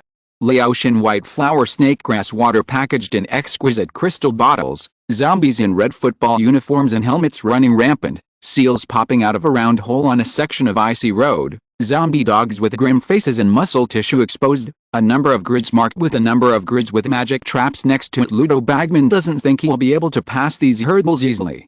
If Zhang hadn't taken the initiative to ask him to make an unbreakable oath at the very beginning, promising not to reveal the secrets of the maze, Ludo Bagman and Barty Crouch would think that he wanted to kill the other three at Champion, and ask his girlfriend to get the Goblet of Fire. There is a reason why the professors at Hogwarts are all trying to stuff difficult obstacles into the maze today. Naturally, Barty Crouch Jr. pretended to be a professor of defense against the dark arts class before Boxburton and Durmstrang. In order for the Ministry of Magic to face up to the return of Voldemort, Dumbledore planned to make it big from the beginning, let the students of Hogwarts know about it, and then spread it. It's just a side effect of doing so, that is, people from Boxburtons and Durmstrang use this as an excuse to start questioning Dumbledore, and then questioning the teaching level of Hogwarts. You see, it took so long for the professors in this school to find out, which shows how good the teaching level of this school is. When these rumors reached the ears of the professors at Hogwarts, Professor McGonagall lost his temper. In the faculty lounge one day, Professor McGonagall, who was out of anger, held a mobilization meeting. Now that the other two schools are questioning the quality of our teaching at Hogwarts, let's show our true strength. Because the last game of the Triwizard Tournament is in charge of the host school, Professor McGonagall asked the professors present to show all their housekeeping skills, so that the friends of the allies can take a good look at the level of the Hogwarts professors, then train our own warriors hard. Anyway, we have two warriors, one will be disabled and the other will be disabled, so that the friendly people can take a good look at the level of Hogwarts students. Professor Zhang lit a candle for Ron and Cedric in his heart, and he was the first to stand up to show his loyalty. The school honors me, the school shames me, and I won't do it just because my girlfriend is Boxburtons. Let the water go, and ask the principal of Dango to rest assured of his loyalty. Thus, there is this labyrinth that can be said to be insane. Chapter 209 The Cooked Voldemort. Ever since Zhang Su started to invest in the maze construction business with other professors, Fu Rong stopped spending the night in the castle to avoid suspicion. Fortunately, Gabriel came to wake him up every morning, otherwise Zhang Su would feel that life had lost its color. Although there are dark tides outside the school, Hogwarts is calm and the sea is clear. Everyone should go to class, play pranks, and prepare for exams. After Dumbledore led a team to raid Voldemort last time, Voldemort and Swaddling disappeared as if the world had evaporated, and no one knew where he and the Death Eaters went. Zhang Su suggested that Dumbledore go to Gaunt's old house and Riddle's old house, but Dumbledore did not find any traces of Voldemort and Death Eaters' activities there. In addition, Zhang Su paid Dobby to go back to Malfoy's house, but he didn't find anything. Now Dobby has overcorrected. As long as someone hires him, he can do things other than hurt Harry Potter for money. One night at the beginning of June, Zhang Su had just returned from the maze, and was about to go back to the common room of the Eagle Academy to review with everyone and prepare for the exam at the end of the month, when Dumbledore found him again. Zhang Su hadn't seen Dumbledore in the cafeteria in the past few days, so he didn't know where he went on a long trip. When Zhang Su came to the door of the principal's office, he met Harry Potter, who was also called by Dumbledore. After seeing Dumbledore in the office, Zhang Su found that his mood was a little depressed. "I went to see Gellert these days." Dumbledore's first sentence made Zhang Su silent, and Harry was stunned. Zhang Su now understands why Dumbledore's mood is depressed. The relationship between the two is naturally understood, but it seems that the meeting between the two is not pleasant. Think about it too. I haven't seen you for decades, but the other party came to you to ask about two other young people, just like a classmate or friend who hasn't seen you for many years suddenly contacted you just to ask you to help and like it. I guess the other party didn't give Loudon a good face. So it is better for Zhang Su to keep silent at this time. Gellert Grindelwald is the first generation of the Dark Lord, known as one of the most dangerous dark wizards in ancient and modern times. Zhang Su explained to Harry next to him in a low voice. Gellert Grindelwald and the professor were young. He was a good friend at the time, and later he embarked on the path of the Dark Wizard, and was finally defeated by the professor 50 years ago. After Zhang Su's explanation, Harry remembered who Gellert Grindelwald was. It's just that Harry has doubts in his mind. What business does Dumbledore have with Gellert Grindelwald? Dumbledore waited for the two young men to finish their muttering before continuing their speech. "I asked Gellert about the dark magic that would restore Voldemort's body, and I think I've learned a lot." Having said that, both Zhang Su and Harry waited intently for Dumbledore to continue. "The bones of a father, donated unintentionally, can regenerate your son. The flesh of a servant, donated with resources, can regenerate your master. The blood of an enemy, forced to donate, can resurrect your enemy." Every time Dumbledore said something, Harry shuddered. This magic is bone, flesh, and blood. It's one thing to listen to it in the kitchen, but it's another thing to hear it in the principal's office. It's the same thing. Gellert said that this is the black magic that can perfectly restore the body, and other magic has more or less flaws. I think that with Voldemort's character, he will definitely choose this magic. Dumbledore continued. Then, Dumbledore magically brought the pensieve onto the table. "Before discussing this magical issue, I think we can watch a movie first," Dumbledore said to Zhang Su and Harry. Next, Dumbledore took Zhang Su and Harry to meet Voldemort's parents, uncle and grandfather. After meeting Voldemort's family, Harry fell into a stunned state. Harry turned his head to look at the calm Zhang Su, and asked curiously, "Zhang, aren't you surprised at all?" Zhang Su can't say that he saw a movie once in his previous life. He can only say, "A friend of mine who forgets his age once said a word more than 100 years ago. People, if Hogwarts Castle collapses in front of you, your face will not change, and Professor Snape will wash your hair on the left side without blinking your eyes." After hearing this, Harry had an unclear expression on his face. Harry quickly came back to his senses, and after figuring out a problem, he said to Dumbledore, "The black magic that Voldemort recovered needs his father's bone. Now that we know who his father is, let's put his father's bone first. Hide the bones, so Voldemort can't be resurrected." Zhang Su and Dumbledore looked at Harry and nodded with teachable expressions on their faces. Just when Zhang Su thought that Dumbledore would say that he had hidden Voldemort's father's bones in advance, Loudon said, "Unfortunately, when I rushed to the Riddle family cemetery this afternoon, I found Liability's remains were dug up not long ago." Zhang Su was speechless. If he had known about it, he would have taken the time to go to the grave over there to bury a mine. The blood of the enemy is next. Zhang Su stared at Harry and said. Seeing Zhang Su staring at him, Harry immediately realized that Voldemort was short of his own blood now. For the next time, the three people in the office were thinking about their respective problems, and the office fell into silence for a while.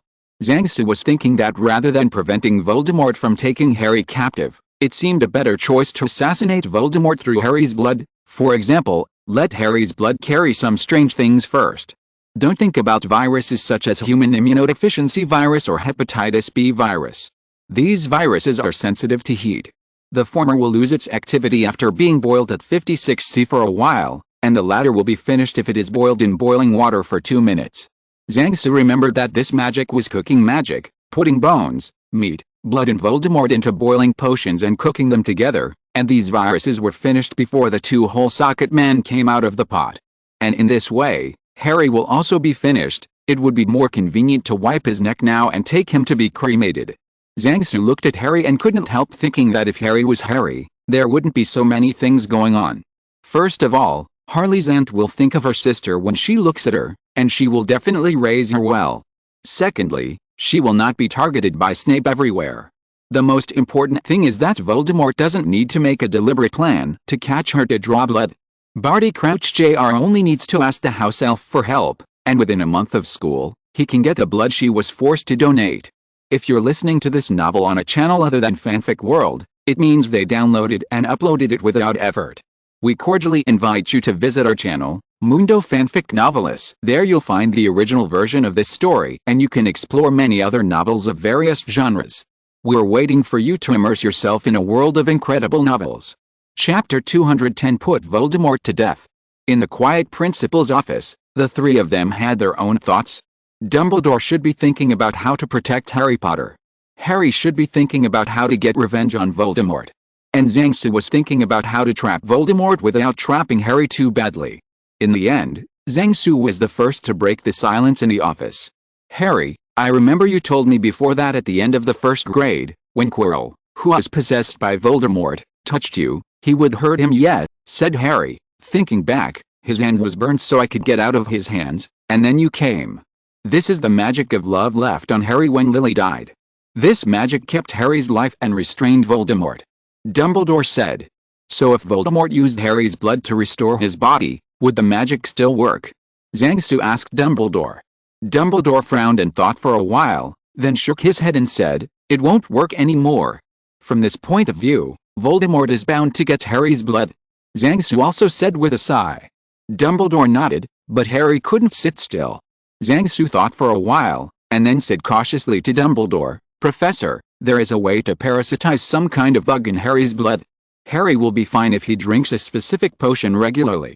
People who live with worms will get some benefits, but they will also pay a little price.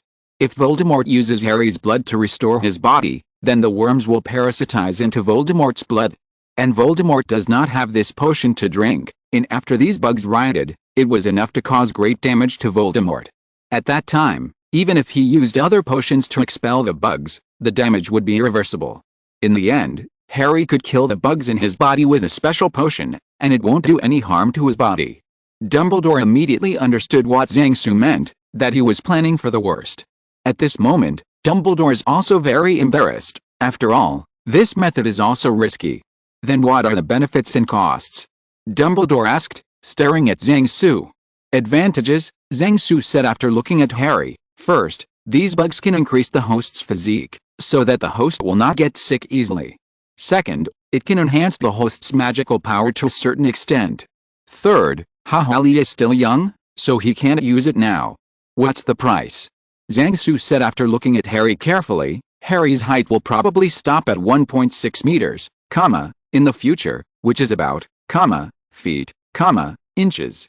What Zhang Su said was some kind of goo worm whose function was similar to the three-corpse brain pill in Jin Yuang's novel. This kind of goo worm was used by some shady groups to control members in ancient times, and it works quite well under the combination of grace and power.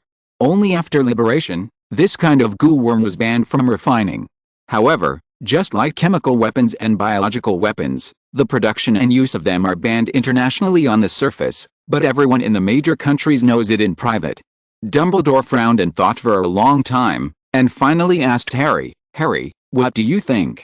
Harry is confused for a while, then made up his mind and nodded vigorously. I agree to use this method. Harry said firmly to Zhang Su, I believe Zhang will not harm me. There is nothing wrong with being able to cause trouble for Voldemort and get rid of those bugs in the end. It doesn't matter if I'm shorter, as long as I can get rid of Voldemort. After listening to Harry's words, Dumbledore also nodded to Zhang Su. Since everyone agrees, I will report it to the country immediately, and it will be sent in 3 to 4 days. Zhang Su said. Naturally, Zhang Su would not say that there was stock in his treasure bag, so Dumbledore would have to have an opinion. Then, Dumbledore took out a pair of things and handed them to Harry. This is the portkey. Dumbledore said, it doesn't work normally. When you are in danger, you just need to input magic power into it, and it can bring you into this office. Then Dumbledore smiled at Zhang Su and said, I have to thank Mr. Zhang for his suggestion. Harry Jiang held a pair of insoles intently, looking over and over again. Zhang Su said to Harry, this kind of portkey has a small problem, that is, you have to clean it frequently, otherwise its smell will kill raffle hidden in your shoe. Harry put on the portkey insoles on the spot, and after Dumbledore said a few words about being safe, he left the principal's office with Zhang Su. Harry and Zhang Su walked in the corridors of the castle together, and the two chatted about Ron and Cedric, who had been tortured by special training recently. Suddenly, Harry asked Zhang Su, Zhang, what is the third benefit you mentioned just now? Zhang Su gave Harry a sideways look, and said, neither you nor Ginny has turned 16, so you don't need this kind of advantage. After being stunned for a while, Harry blushed suddenly. Looking at the rejuvenated Harry, Zhang Su felt a little guilty. Putting such an innocent boy like Harry in the driver's seat seemed to go against the conservative school ethos of Hogwarts. Although Hogwarts does not object to puppy love, things that cross the boundary are still dealt with as soon as they are caught, especially those who are not old enough, and they are basically severely punished if they are caught, so only a few courageous students sneaked around.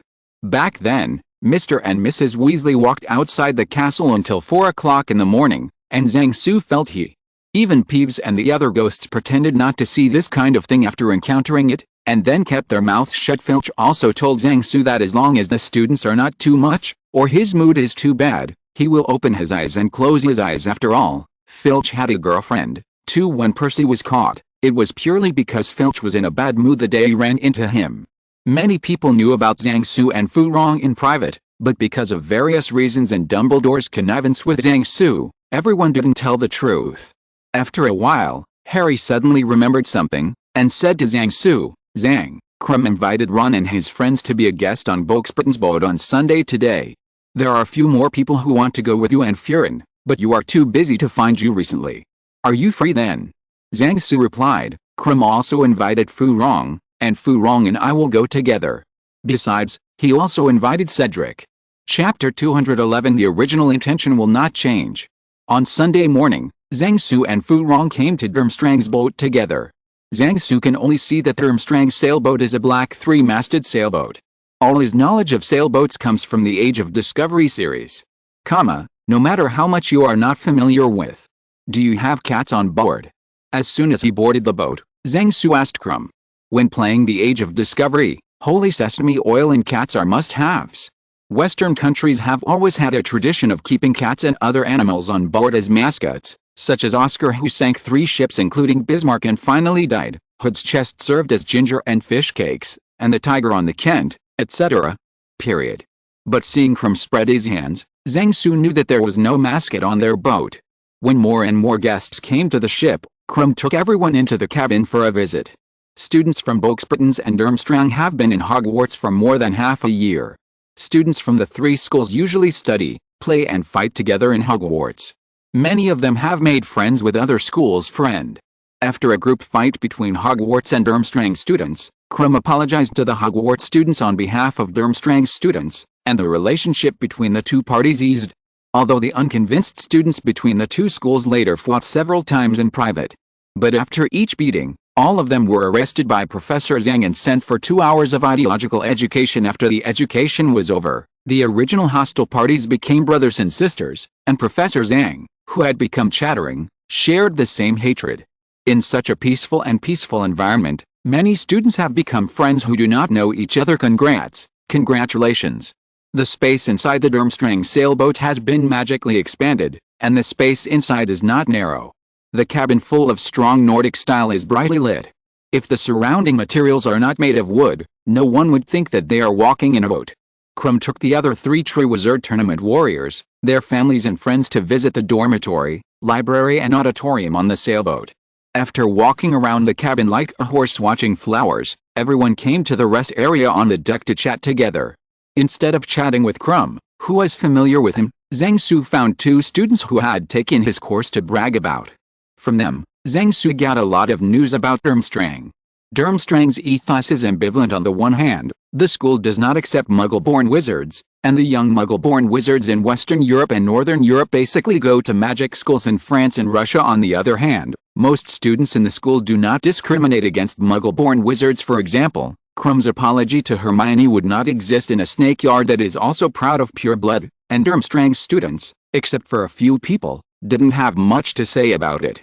Views. The same was true for the 2 chatting with Zhang Su, who were born in Germany and were not disgusted with Muggles.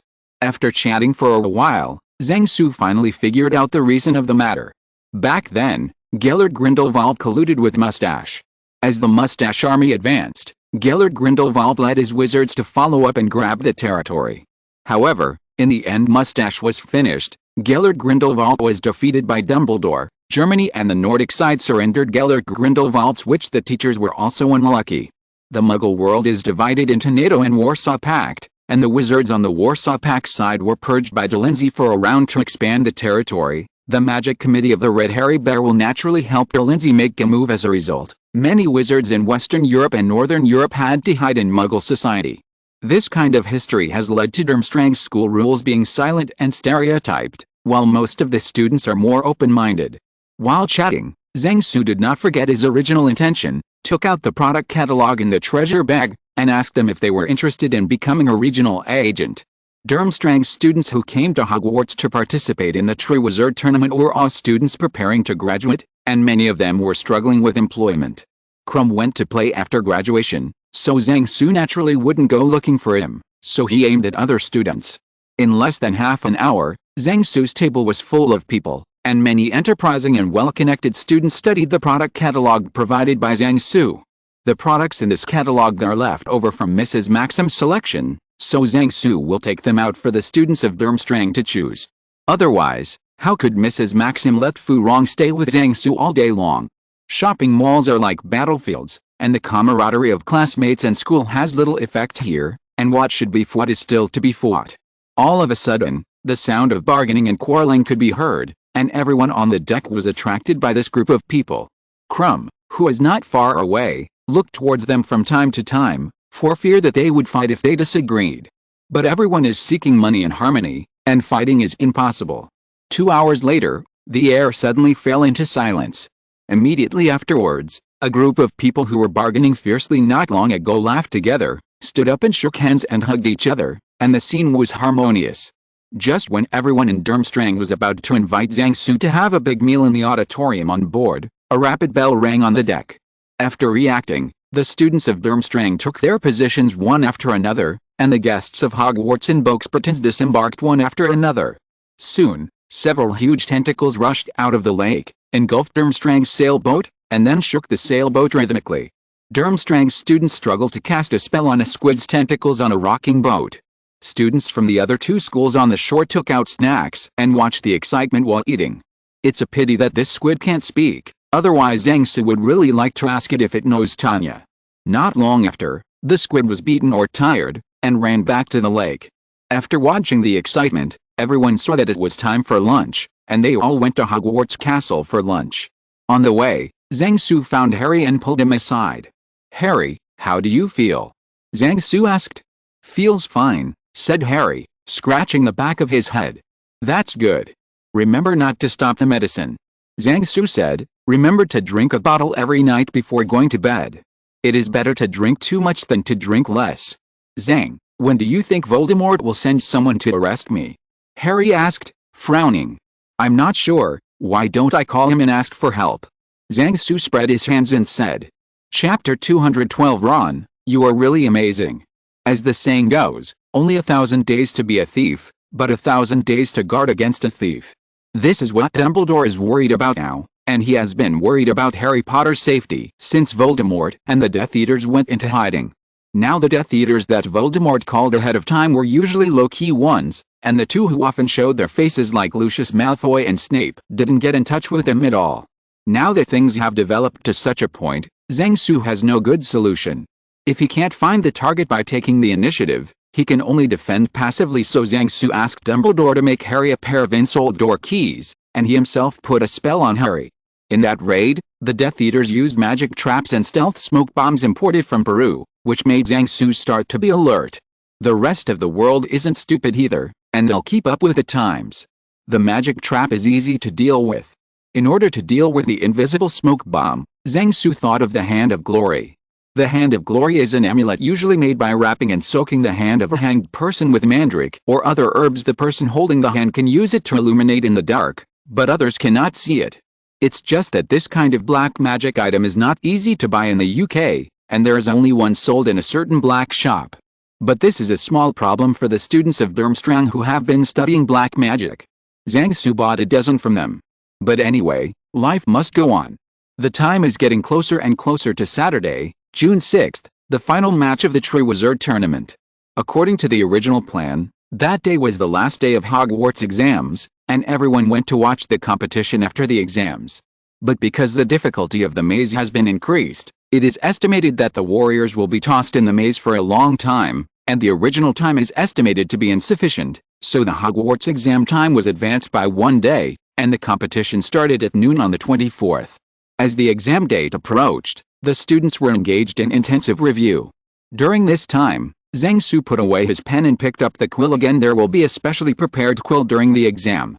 If you don't get familiar with it during the period before the exam, it will be funny if you don't finish writing when the exam time comes. After several days of hard fighting, the exam is finally over. The students who finished the exam cheered like slaves who had just blown up Yuri's miniskirt. After watching the game tomorrow, I can go home after herding the sheep for a few days. On the night of the end of the exam, Zhang Su came to the long-lost Screaming Shack, where everyone had a cheering banquet for Cedric and Ron today. The long table was full of dishes made by the students themselves. It was a pity that everyone left their stomachs for dinner today, in order to have a good meal at their own banquet tonight. Everyone held up cups filled with butterbeer to toast the two warriors.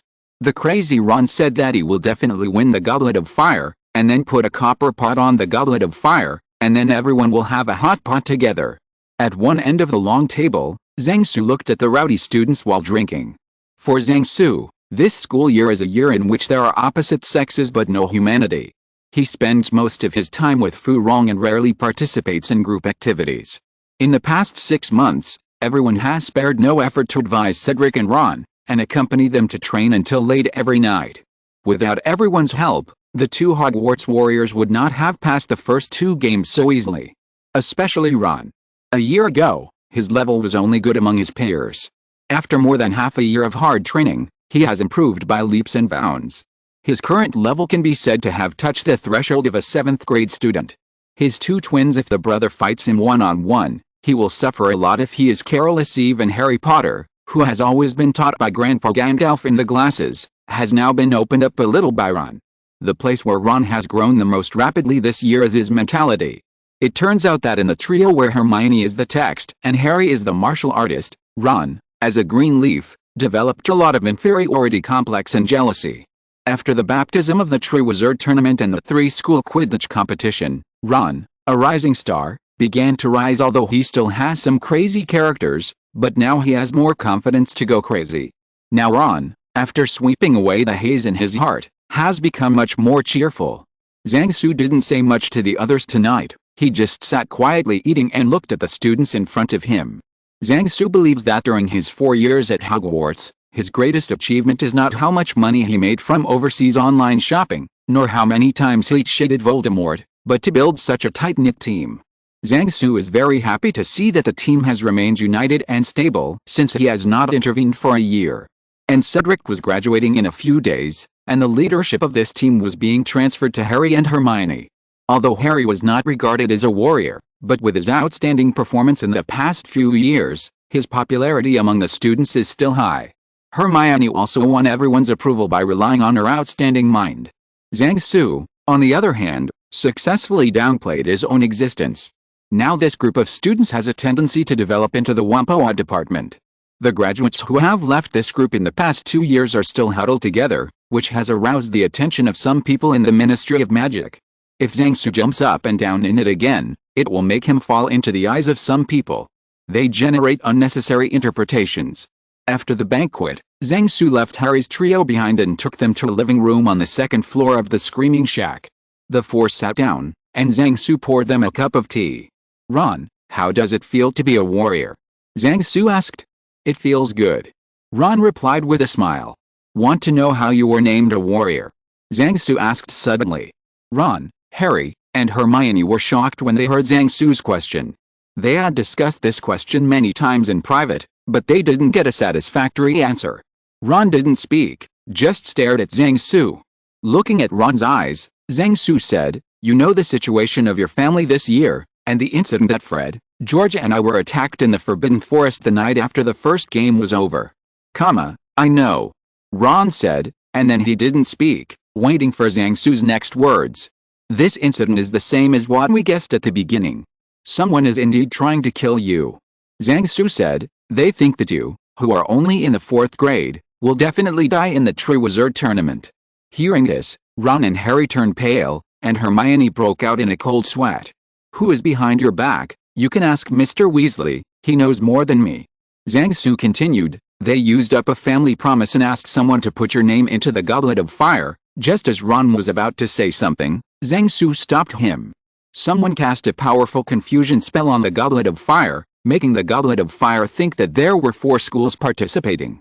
After that person put in another name, someone put your name in the name of the students of the 4th school. Goblet of Fire. It's just that the Goblet of Fire can't tell the magic power of the person whose name represents it. It can only tell the magic power of the person who put the name into the Goblet of Fire, and then associate the name with the person who signed up. For example, if Professor Dumbledore threw Hermione's name into the Goblet of Fire, Hermione must be the one chosen in the end. Hermione was the first to catch the hint in Zhang Su's words, and then asked, "So there is another person who put other people's names into the Goblet of Fire after casting the confusion charm on it?" Zhang Su nodded, and then said, "Yes, that person is Barty Crouch Jr. pretending to be Professor Moody. He threw Harry Potter's name into the Goblet of Fire." Zhang Su would not confess that he also threw Hermione's name in. When Zhang Su said this, Harry and the 3 of them suddenly realized. Ron and Harry, the brothers and sisters, looked at each other dumbfounded, and didn't know what to say for a while.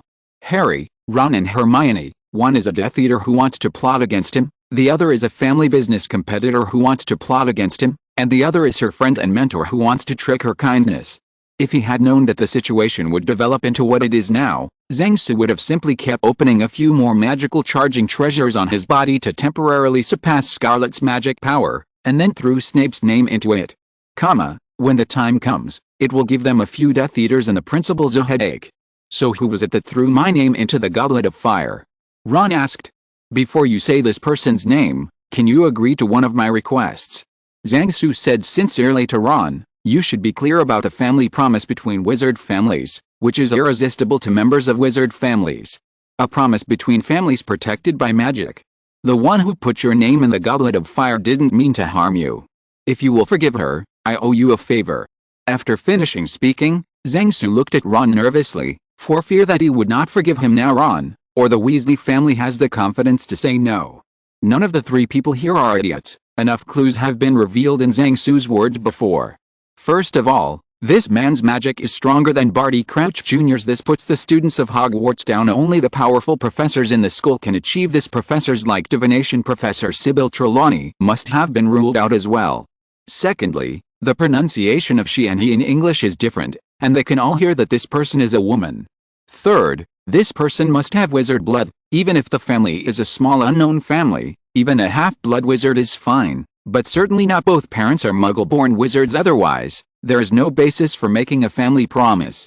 Fourth, the person who can make Zhang Su put down his face to ask Ron, hoping that he can let go of the matter, is naturally a person who has a very good relationship with Zhang Su. There are quite a few such people in Hogwarts, but among the many professors, there are only a handful of them. Combining these clues, the three of Ron and the others can quickly deduce that this person must be a female professor who has a good relationship with Zhang Su in Hogwarts. And there were only a few female professors in Hogwarts, and Ron thought he had figured out who Zhang Su was talking about. Ron thought for a while, and then said, "I didn't get killed, and I'm also very happy to get the opportunity to participate in the Triwizard Tournament as a warrior. And although she has always been very strict with us, we can all see it. She has taken great care of us all the time." Hearing what Ron said, Zhang Su also heaved a sigh of relief, and then took a sip of tea from the teacup to relieve his nervous mood just now. Ron went on to say, "I will forgive Professor McGonagall." 3. Near Zhang Su took a sip of tea and sprayed it out. Chapter 213. After the sound of BIU. Seeing Zhang Su spit out a sip of tea, Ron knew he had made a mistake. Hermione tugged at Ron's sleeve, then put her head next to Ron's red hair and muttered something in a low voice. Then Ron didn't dare to speak, for fear of guessing wrong again. "Professor Scarlet?" Harry asked in a low voice.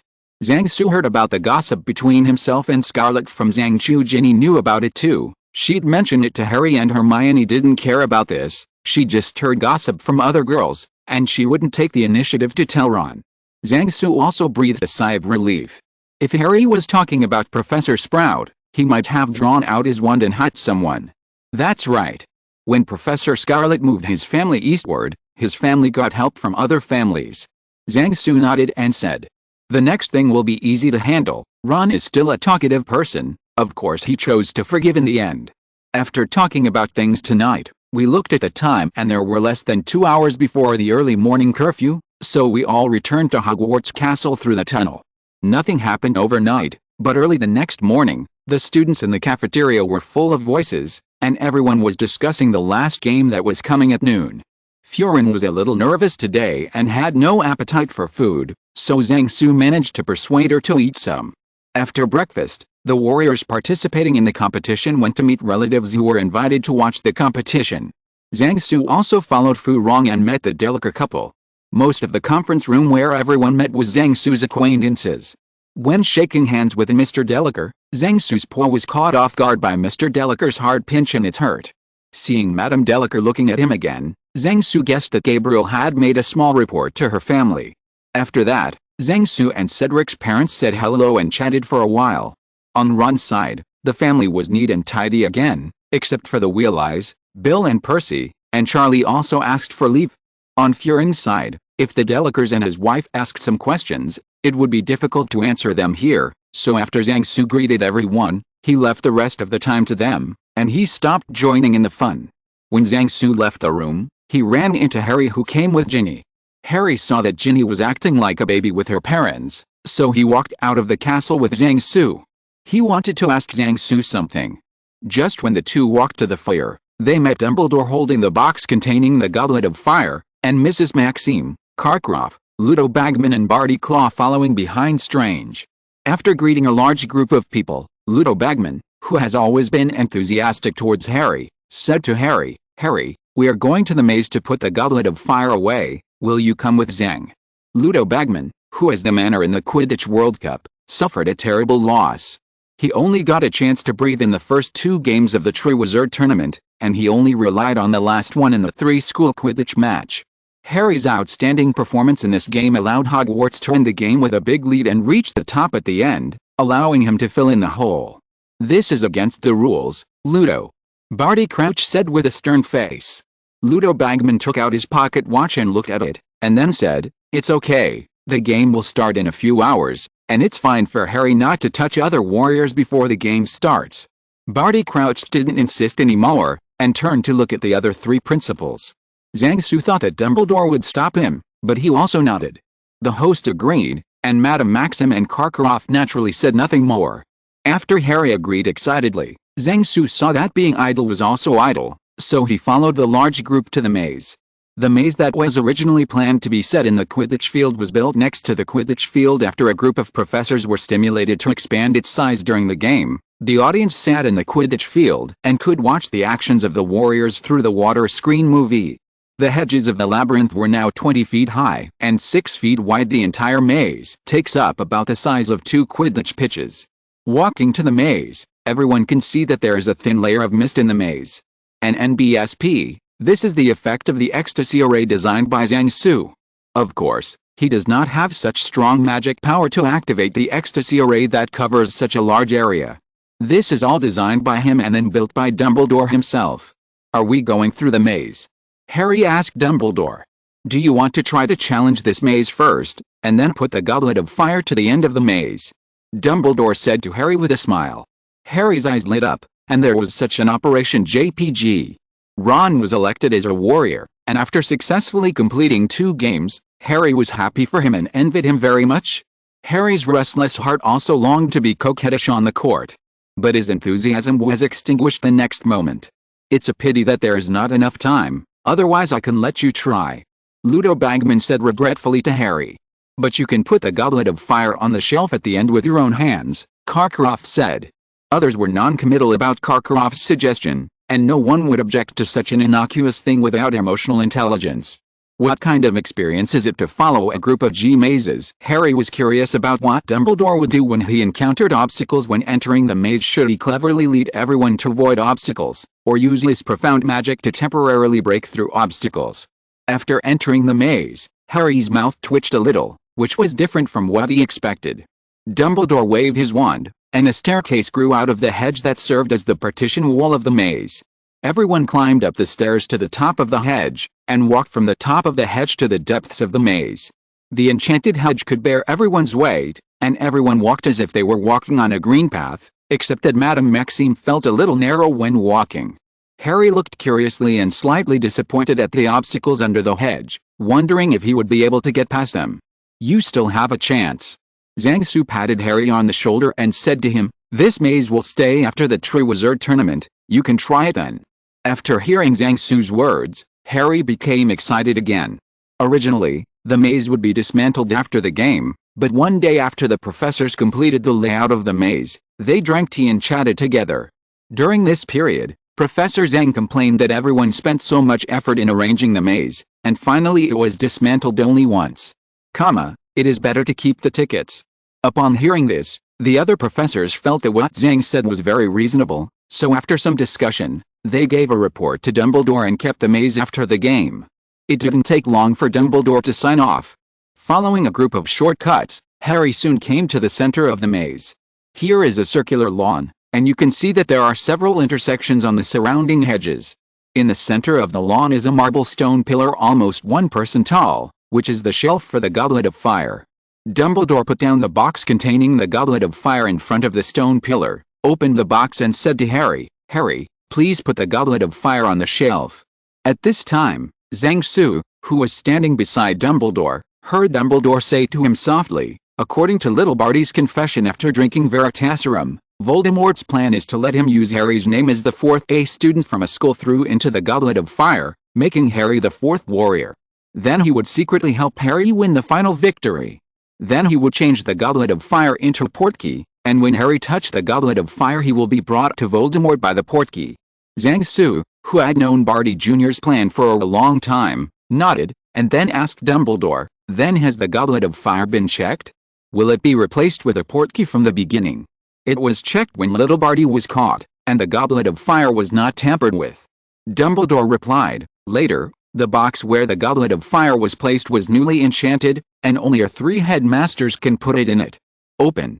Zhang Su frowned after listening to Dumbledore's answer, and suddenly realized that something seemed wrong. What's the matter? Seeing that Zhang Su's expression was wrong, Dumbledore asked. At this time, Harry had already walked to the front of the box, and was bending over to reach into the box to take out the goblet of fire. At this moment, Zhang Su's heart moved, and he put his hand on Harry's shoulder. Immediately afterwards, there was a sound of BIU, and the person disappeared. Chapter 214 Surprised or not unexpected, not stimulated. The feeling of being transported by the portkey is not pleasant, so Zhang Su rarely uses the portkey. This time, just in case, he put his hand on Harry's shoulder just before he touched the goblet of fire. As a result, he followed Harry to a very strange place by the portkey. This is not the cemetery of the Riddle family, but a meadow beside a small pond in the middle of a forest. Zhang, what is this place? Harry asked as he stood up from the grass. I think this is the place where someone invited us to eat hot pot," Zhang Su said, pointing not far away. Harry followed Zhang Su's finger to look over, and saw a huge cauldron standing on top of the fire, with thick water vapor bubbling from the cauldron. Harry suddenly remembered the way Zhang Su and Dumbledore had told him in the principal's office that day about how Voldemort recovered his body, so he immediately became alert and immediately drew out his wand. "It's Voldemort, let's run!" Harry shouted to Zhang Su. Harry shouted and stretched out his hand to Zhang Su. He wanted to escape to Dumbledore's office with Zhang Su through the insole door key. Just when Harry turned around and his hand was about to grab Zhang Su, Harry saw a stick suddenly appear in front of his eyes. Swooning physics, Harry looked in disbelief at Zhang Su, who was swinging his long staff and hitting his head, and then fell limply to the ground. Immediately afterwards, a flame shot out from Zhang Su's staff and shot at Harry, who was lying on the ground, and a thick wall of fire surrounded Harry. "The guests have been here for so long, but the host has not shown up. This is not the way of hospitality in England," Zhang Su shouted loudly to the surroundings. Immediately afterwards, footsteps sounded around Zhang Su. "Death Eaters, Death Eaters, Death Eaters, Death Eaters, Meadow Crucible, Meadow, Grass Eating, Grass, Fire, Grass, Food, Dead Grass, Zhang Zu, Hero, Harry, Hua, Coyote, Meadow, Lawn, Fire, Lawn, Pond, Zhang Su found himself surrounded on three sides by several Death Eaters wearing black cloaks, hoods and wands. "Hey, don't say I didn't warn you," Zhang Su said to the Death Eaters with a smile. "If I am knocked out or killed, the uncontrolled firewall will burn Harry to death in the next second. Ashes. Nobody wants this kind of thing to happen. You all put down your wands." A grim voice came from behind the Death Eater. Immediately afterwards, a Death Eater who couldn't see his face walked into the encirclement with a baby-sized Voldemort in his arms, and came to a place not far in front of Zhang Su. Sure enough, it's the two-hole socket, Zhang Su thought in his heart after seeing Voldemort's face in the arms of the Death Eater opposite him. "You are very brave." Voldemort stared at Zhang Su and said, "I have heard a lot about your deeds. You are a very good wizard. Thank you for the compliment from the Dark Lord." Zhang Su smiled slightly and said behind Voldemort, "As a wizard, I dare not be called excellent in front of you. I am here to invite you to join us," said Voldemort. "Excuse me for refusing," Zhang Su shook his head. "I don't see any benefit in joining you. Then only death is waiting for you." The conversation broke down, and Voldemort's voice became more and more cruel. Zhang Su said with a smile, "Do you know what will happen to you if I die here?" Without waiting for Voldemort to reply, Zhang Su continued, "Let's not talk about the distance. As long as I die, Harry Potter will be reduced to ashes in the next moment, and your expectation of getting his blood to restore your body will be in vain." After speaking, Zhang Su pointed to Harry Potter, who was surrounded by flames. After hearing Zhang Su's words, Voldemort said loudly, "How do you know?" "It's a powerful fortune teller, J.K. Rowling told me." Zhang Su said, "Father's bone, servant's flesh and enemy's blood. Without Harry Potter's blood, I can use other people's blood to resurrect." Voldemort shouted, "You will still die in this way. You can't survive even if I die." Zhang Su said to Voldemort contemptuously, "You have to know that my entire Zhang family has more wizards than wizards in the whole of England, and the strength of the whole country is not the same as when you were whole. There are quite a few wizards up and down. Do you think you and your Death Eaters can escape their revenge? As the saying goes, the people are not afraid of death, so why should they be afraid of death?" Voldemort was short of breath, seeing that his threats to Zhang Su hadn't worked. Harry Potter groaned a few times, covered the scar on his forehead with one hand, and covered the spot hit by Zhang Su just now with the other, and sat up from the ground. After a while, Harry came back to his senses and found that there were flames all around, blocking his sight, and he could only hear the voices from outside. "So, what do you have to do to give Harry Potter to me?"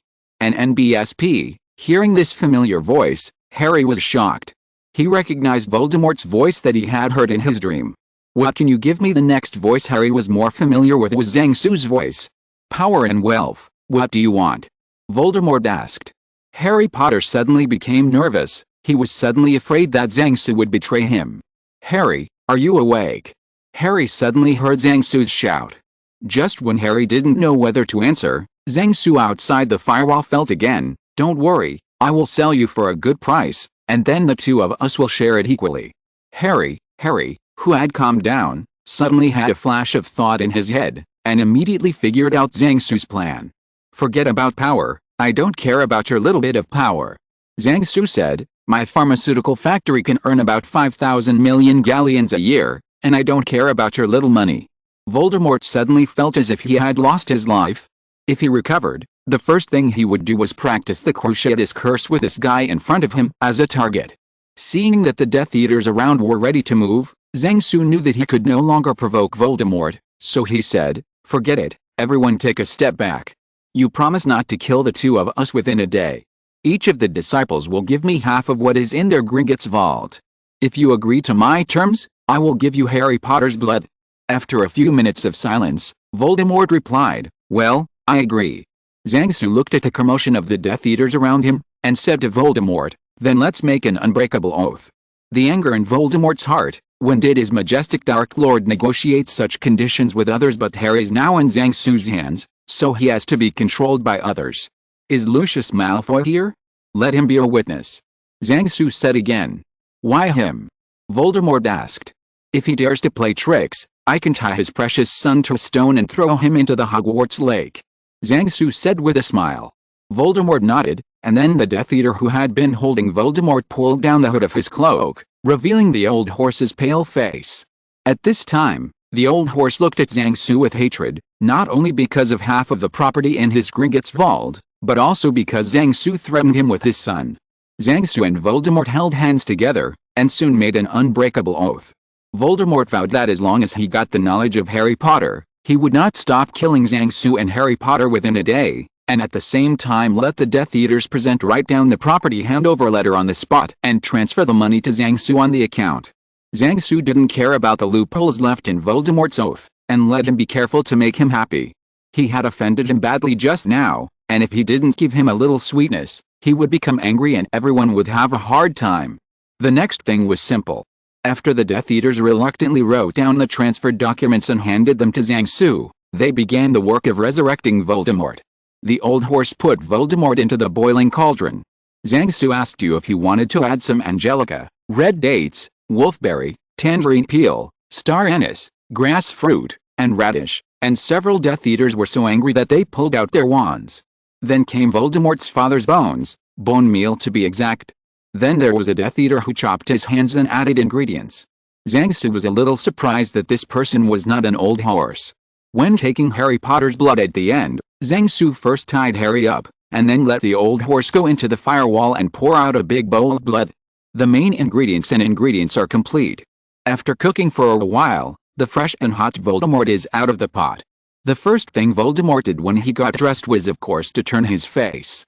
He half believed Zhang Su's threat, but he chose not to believe it out of anger. In the oath just now, he only said that he would not take action, but he didn't say that he would not let other Death Eaters take action. In order to get back their property, other Death Eaters would take good care of Zhang Su in the past. Seeing that the Death Eaters were about to attack, Zhang Su yelled at Harry, "Harry, it's time to go." Before Voldemort and the Death Eaters could react, when the wall of fire that surrounded Harry Potter just now disappeared, Harry Potter, who was originally inside the wall of fire, had disappeared. When Voldemort cast their angry eyes on Zhang Su said to the air beside him, "Professor, please take care of me next." Immediately afterwards, Dumbledore's figure appeared beside Zhang Su. Zhang Su smiled and waved to Voldemort, "Bye-bye," and then disappeared with a boo. When he was still in Hogwarts just now, Zhang Su stretched out his hand to pat Harry on the shoulder, and with the other hand, he took out an invisibility amulet from the treasure bag and patted it on Dumbledore's body. At the same time, he grabbed his hand robe. He was arguing with Voldemort just now, just to buy time for the invisible Dumbledore to make arrangements. Chapter 215 Escaped Back. Unlike Harry's insole which was bid back to Dumbledore's office, Zhang Su's insole was directly bid back to the embassy in the UK. Zhang Su reported the news of Voldemort's reappearance to the leaders immediately. After leaving the embassy, Zhang Su took a taxi to the leaky cauldron.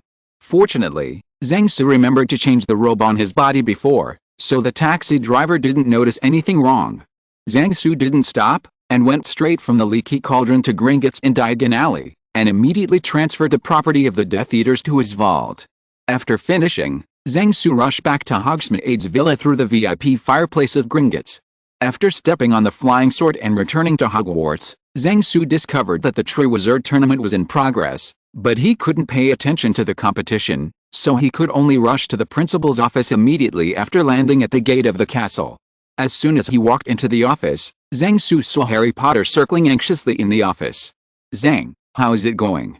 Seeing Zhang Su walking in, Harry hurried up to ask. "Don't worry about my work. You take this. If you agree to share half, you will share half." Zhang Su stuffed a transfer document into Harry's hand. Looking at the large string of numbers on the document, Harry froze for a moment. "I suggest you quietly open another account in Gringotts and deposit the money in it. A man can't live without some private money," Zhang Su said to Harry with a smile. "No, I wasn't talking about that, I was talking about Voldemort." Harry quickly recovered from the huge fortune that had just dropped on his head. "You drink this bottle of potion first. Voldemort has got your blood, and the bugs in your blood can be cleaned up." Zhang Su handed Harry a bottle of potion. Harry drank the potion without saying a word. The benefits brought by the goo worms in his blood for a while made him a little bit overwhelmed by his youthful vigor, and almost mistook Ron and Neville, who were in the same dormitory as Ron and Yue. For the next hour or so, Zhang Su teased Feng Huang while drinking tea and eating snacks in the principal's office. Zhang Su has long wanted to study a topic, that is, if the immortal phoenix is thrown into the pot, can he get a steady stream of phoenix soup as long as he keeps adding water to it? Obviously, Zhang Su's subject was suppressed by Dumbledore from the very beginning. And this phoenix doesn't like Zhang Su very much, and treats him indifferently. Harry, who had diarrhea in the bathroom until his legs became limp, returned to the principal's office, sat weakly opposite Zhang Su, and just looked at Zhang Su quietly. Zhang Su pointed to a plate of sandwiches on the coffee table, and said to Harry, "You should eat something first. This is what Dobby prepared and brought here just now." Zhang Su looked at the time, and it had been more than 3 hours since they escaped from Voldemort. When he took a taxi from the embassy to the Leaky Cauldron just now, he encountered a traffic jam in London and ended up being stuck in traffic for an hour. When you and I were taken to Voldemort's side by the portkey, I grabbed Professor Dumbledore, who had become invisible. From the beginning, Professor Dumbledore was by our side. Zhang Su's words made Harry breathe a sigh of relief. When Professor Dumbledore confirmed that Voldemort was nearby, "Let me try to delay as long as possible, and then he went to find someone," Zhang Su said. "Why didn't Professor Dumbledore catch Voldemort immediately?" Harry asked. "There are 3 reasons," Zhang Su replied.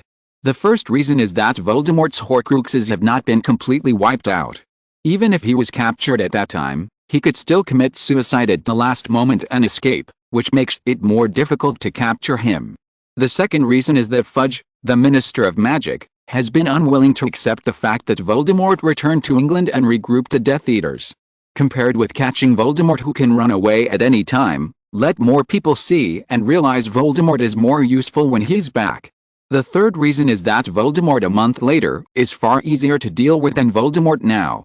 After Zhang Su finished speaking, he pointed to the empty bottle on the coffee table where Harry had just finished drinking the medicine.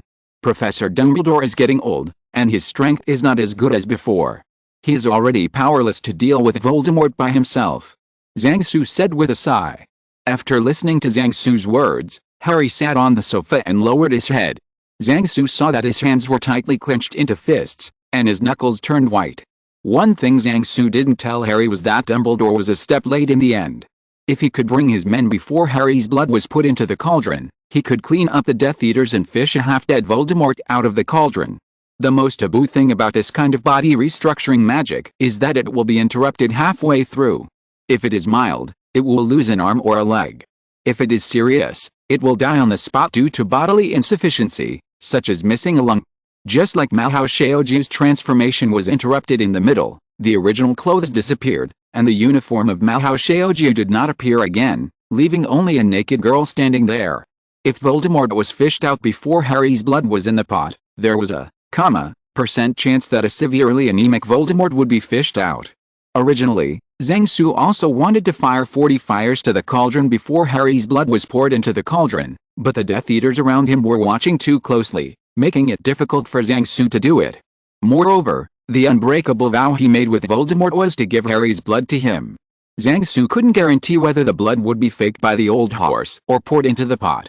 Now Zhang Su has to plan his next actions carefully. He is not sure whether Voldemort's next actions will still follow the plot.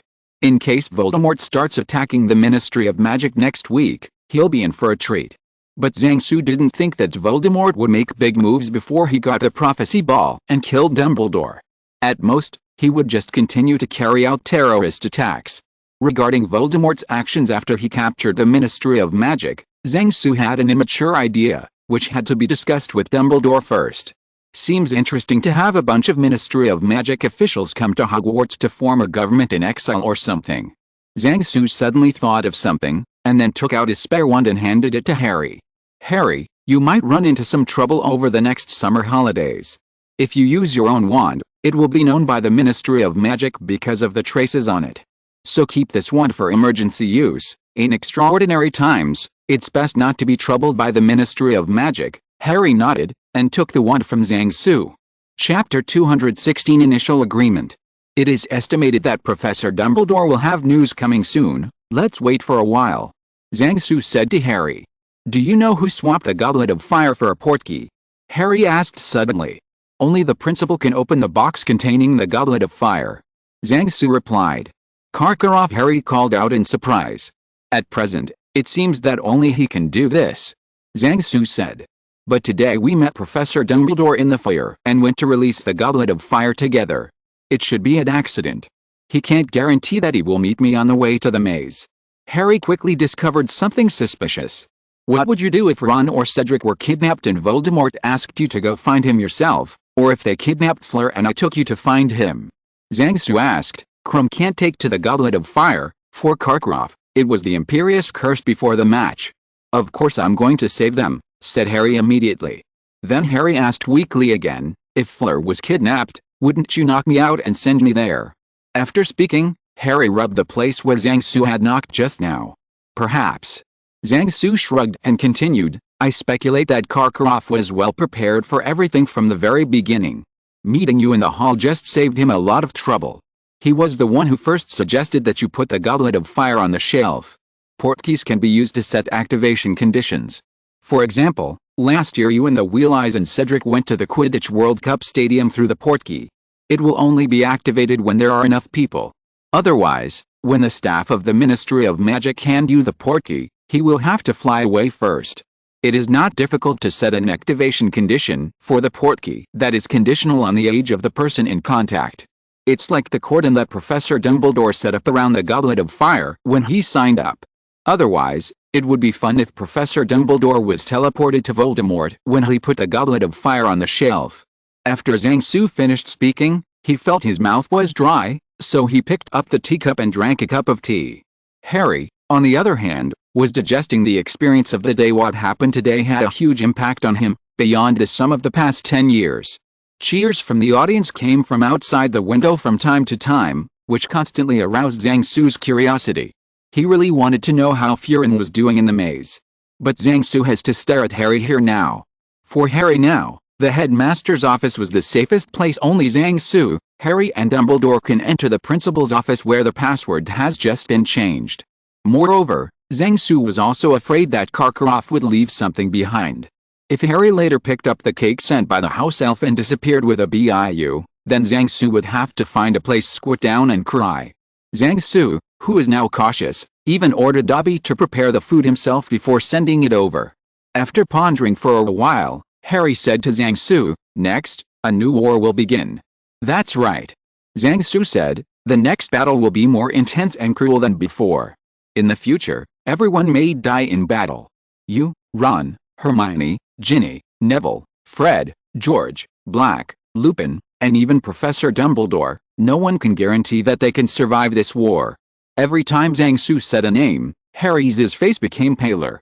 If you think you need it in the future, you can go to our embassy in the UK for help. We can arrange for you and your family and friends to take refuge in our country. It is impossible for Voldemort to chase there. If you lose your land, you will lose your land. If you lose your land, you will save your land. As long as people are alive, there is hope for everything. If people die, there will be nothing left. That's why I am at Hogwarts. At this moment, Zhang Su told Harry the first and most important agreement between him and Dumbledore. After hearing this, Harry looked at Zhang Su dumbfounded. He had never thought about this aspect. Harry was about to say something when he was interrupted by Zhang Su. There are some things I didn't want to tell you so early, But now that Voldemort has recovered, the situation has changed, so I told you in advance. Professor Dumbledore invited me to study abroad at Hogwarts, just to let me be your last insurance. Otherwise, why not sooner or later? Just when you came to Hogwarts, I came to study abroad, and after I came, no one else came. And do you resent Professor Dumbledore? Harry asked. He dragged you into the war with Voldemort. Zhang-Su smiled and waved his hands, and said, wealth and wealth are sought in danger. For some people, the battlefield is the best shopping mall. It just so happens that I am such a person. You can also see that I have made a lot of money in the past few years. Less money. Besides, if I hadn't been able to come to Hogwarts, how could I have the opportunity to know Fleur? What a man pursues is nothing more than money and beautiful women. To put it mildly, it is career and love. Now I have both at Hogwarts. So it's too late for me to thank Professor Dumbledore. Why would I resent him? What Zhang-Su said just now was spoken to Harry through sound transmission, only the last sentence was spoken normally. The portraits of previous principals in the principal's office are all alive, and there are some things that Zhang-Su doesn't want them to hear. It's fine for you to know these things yourself, and you don't need to tell others. The fewer people who know about such things, the better. Zhang-Su finally urged. Harry nodded, indicating that he would not talk about it. Harry suddenly remembered something and asked, will you sink Malfoy into the lake? Not yet. Zhang-Su replied, we'll see this situation later. At this moment, the sky outside the window began to gradually darken, but the cheers from the audience from the other side of the stadium were still so loud. According to the estimated time for the Warriors to pass through the maze when Zhang-Su and other professors built the maze, the Warriors should be very close to the finish line now, and the final victory may be decided at any time in the following time. Who can win the final championship? Now Zhang-Su doesn't care anymore whether it is Fleur or Cedric. This is not the point. He didn't force Furin to win the final championship anymore. As long as Furin didn't get too seriously injured in the maze, he would be satisfied. Zhang-Su looked at the time, and it was already time for dinner. Just when Zhang-Su was about to ask Dobby to deliver the dinner later, Dumbledore returned to the principal's office. If you're listening to this novel on a channel other than Fanfic World, it means they downloaded and uploaded it without effort. We cordially invite you to visit our channel, Mundo Fanfic Novelists. There you'll find the original version of this story, and you can explore many other novels of various genres. We're waiting for you to immerse yourself in a world of incredible novels. Chapter 217 The Birth of a Champion. Seeing Dumbledore sitting behind the desk with a tired face after returning to the office, Zhang-Su knew that things were not going well today. After Zhang-Su poured Dumbledore a cup of tea, he sat in front of the desk. Dumbledore briefly described what had just happened. When Dumbledore returned to Hogwarts, Karkaroff had already run away. Facing the news brought back by Dumbledore, Madame Maxime, Ludo Bagman and Barty Crouch, who were originally in a daze in the center of the maze, fell into extreme daze. Only Barty Crouch, who lived under the same roof as Voldemort, believed Dumbledore's words for the first time.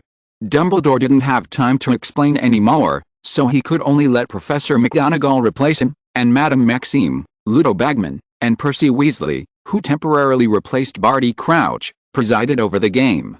Next, Dumbledore took Barty Crouch to the Ministry of Magic and found Fudge, the Minister of Magic. Hearing that Harry Potter and Zhang-Su were kidnapped in Hogwarts, and Dumbledore came to rescue the soldiers, Fudge's first reaction was not to believe it. After all, it sounded too far-fetched. After a few minutes of stalemate, under the repeated urging of Dumbledore and Barty Crouch, and Harry Potter and Zhang-Su, both of whom are not ordinary students, Fudge still let Rufus Scrimgeour take pride. Let's follow Dumbledore for a while. Then Dumbledore brought the Aurors to the scene of the incident. When the Aurors quietly surrounded Voldemort and the Death Eaters, Dumbledore also came to Zhang-Su in stealth and told him to run away. What follows is a battle between the two sides. King to king, soldier to soldier. After a few tricks with Dumbledore, Voldemort, who had just recovered, turned in. The other Death Eaters also threw the invisibility smoke bombs again and ran away. In the end, the Aurors didn't even catch a Death Eater. Dumbledore and Fudge, who returned to the Ministry of Magic, were arguing. Even though many Aurors said they saw Voldemort with their own eyes, Fudge was still thinking about how to cover up. Helpless Dumbledore can only return to Hogwarts in the end. After listening to Dumbledore's narration, Zhang-Su could only sigh. Fudge, the Minister of Magic, is ready to stop investing in him. This matter came to an end and the three people in the office left the office together to go to the Quidditch pitch. Dumbledore didn't want to miss the final awards ceremony. When the three of them came to the seats, the game was coming to an end, and the Warriors were very close to the finish line. On the way to the stadium just now, Dumbledore told Zhang-Su and Harry that he had picked up the Goblet of Fire. Thanks to the principal's privilege of using apparition in the school, it took Dumbledore less than half a minute to put the Goblet of Fire, which had dispelled the magic of the portkey, in the center of the maze without anyone noticing it. Just as Zhang-Su walked to the edge of the court, he found that the audience in the court suddenly became quiet. Just when Zhang-Su felt strange, he heard a loud bang from the sky above the maze. It was a flame shooting up from the maze, and after exploding like fireworks, he spelled out the champion's name. The stadium that was still silent just now burst into cheers, and the audience was celebrating the birth of the champion. When Zhang-Su entered the top of the stadium stands, the water screen movie was playing the scene of the Warriors fighting for the Goblet of Fire just now in a loop. Krum was the first to come to the grass where the Goblet of Fire was placed in the center of the maze. Just as he was rushing towards the Goblet of Fire, he suddenly slipped and fell to the ground. Immediately afterwards, Cedric, who had just turned a few grass on the ground into banana peels, turned the grass on the grass into a rope, and tied Krum to the ground. No sooner had Krum been subdued than Cedric collapsed. Fleur, who had just come from another passage, hit Cedric with a limp legs charm. Just as Fleur took a step towards the Goblet of Fire, a blue wall of fire appeared in front of her and blocked her way. It was Ron who arrived. As a result, Ron was not happy yet, and Krum, who broke free from Cedric's straw rope, cast a spell on Ron's side. Krum, who forced Ron back, suppressed Ron with a spell while walking towards the Goblet of Fire. As a result, when Krum was still a few steps away from the Goblet of Fire, a clay figure appeared behind him, and the clay figure grabbed Krum's two legs with both hands and dragged him away. Next, Fleur and Ron, who had just bypassed a firewall and turned into a clay man to drag Krum away, exchanged BIU spells, and Cedric, who had lifted the soft leg spell, confronted and solved the clay man Krum. For a moment, around the Goblet of Fire, obstacles and weapons flew together, and they were all petrified together in a daze. 2 minutes later, one of Cedric's spells collided with Krum's, and one of the missed spells hit Ron. Amidst the exclamation of the audience, Ron was cursed into the hedge. This sudden change made the remaining three people stunned at the same time. Immediately afterwards, the three raised their wands at the same time and released the spell. At this time, a dramatic scene appeared. Fleur's spell stunned Krum, Krum's petrification spell made Cedric fall to the ground stiffly, and Cedric's spell knocked the grass on the grass. It became a moving straw rope and tied Furin into rice dumplings. The audience suddenly fell into silence, and no one expected the end of all the Warriors to be wiped out. When Ron climbed out of the hedge, he found the other three Warriors lying down and tied up. Ron, who came back to his senses, immediately rushed to the Goblet of Fire, and then raised the Goblet of Fire without anyone blocking it. In the next second, the flame in the Goblet of Fire suddenly turned red, and then shot a flame into the sky. After a loud bang, the flame spelled Ron Weasley in the sky. After watching the video, Zhang-Su was a little dumbfounded. At the last moment, anyone could win the Goblet of Fire, but in the end, the champion was decided in such a dramatic way. It can only be said that sometimes luck really matters. However, Ron's performance today is also remarkable. There are many obstacles along the way in the maze, and being able to reach the finish line in about the same time as other Warriors is a manifestation of his own strength, so in the end, the audience also recognized him as a slightly lucky champion. After the game, the professors responsible for maintaining the safety of the maze came to the finish line one after another to undo the spell of the three who fell on the ground. Then he led the Warriors out of the maze.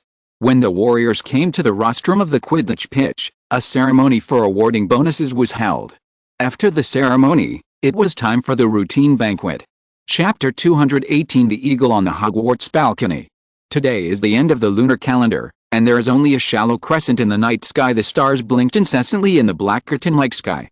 The frequency of blinking was 3 short dots, 1 long dot and then 3 short dots. Hogwarts, which is located in the high mountains, still has a bit of coolness in the middle of the night at the end of June. On the balcony of the dormitory of the acting professor of Muggle Studies, Professor Zhang put away the rattan chair and coffee table that had been placed here, and then spread a moisture-proof mat on the stone floor of the balcony, and then took out a sleeping bag and put it on the balcony. Moisture-proof mat. Professor Zhang took off his robe and rolled it into a pillow, then got into the sleeping bag, and fell asleep with the robe on his pillow. No wonder the Hogwarts eagle sitting on the balcony was lying on the balcony at the moment, watching the stars in the sky dipper in boredom. On the other side of the balcony door, Gabriel's lovely exclamation and cheerful laughter could be heard from time to time. Why is this so? For the first time, I saw Voldemort alive and got the property of the Death Eaters. The two joys overlapped each other, and this double joy brought more and more joys, and I should have had a dreamlike happy time. However, why does it become like this? It seems that I am the first among many Harry Potter fans who are forced to sleep on the balcony by their girlfriends. The time went back to more than 2 hours ago. After the grand celebration banquet, Zhang Su and Fu Rong returned to the dormitory together. On the rattan chair on the balcony, Zhang Su and Fu Rong talked about today's experience. Karkaroff didn't know when he replaced the goblet of fire with a portkey, so Harry was teleported to Voldemort when he took out the goblet of fire from the box. At that time, he suddenly felt something, and at the last moment he stopped Harry, grabbed Professor Dumbledore with one hand, and then the three of us came to the mysterious man together.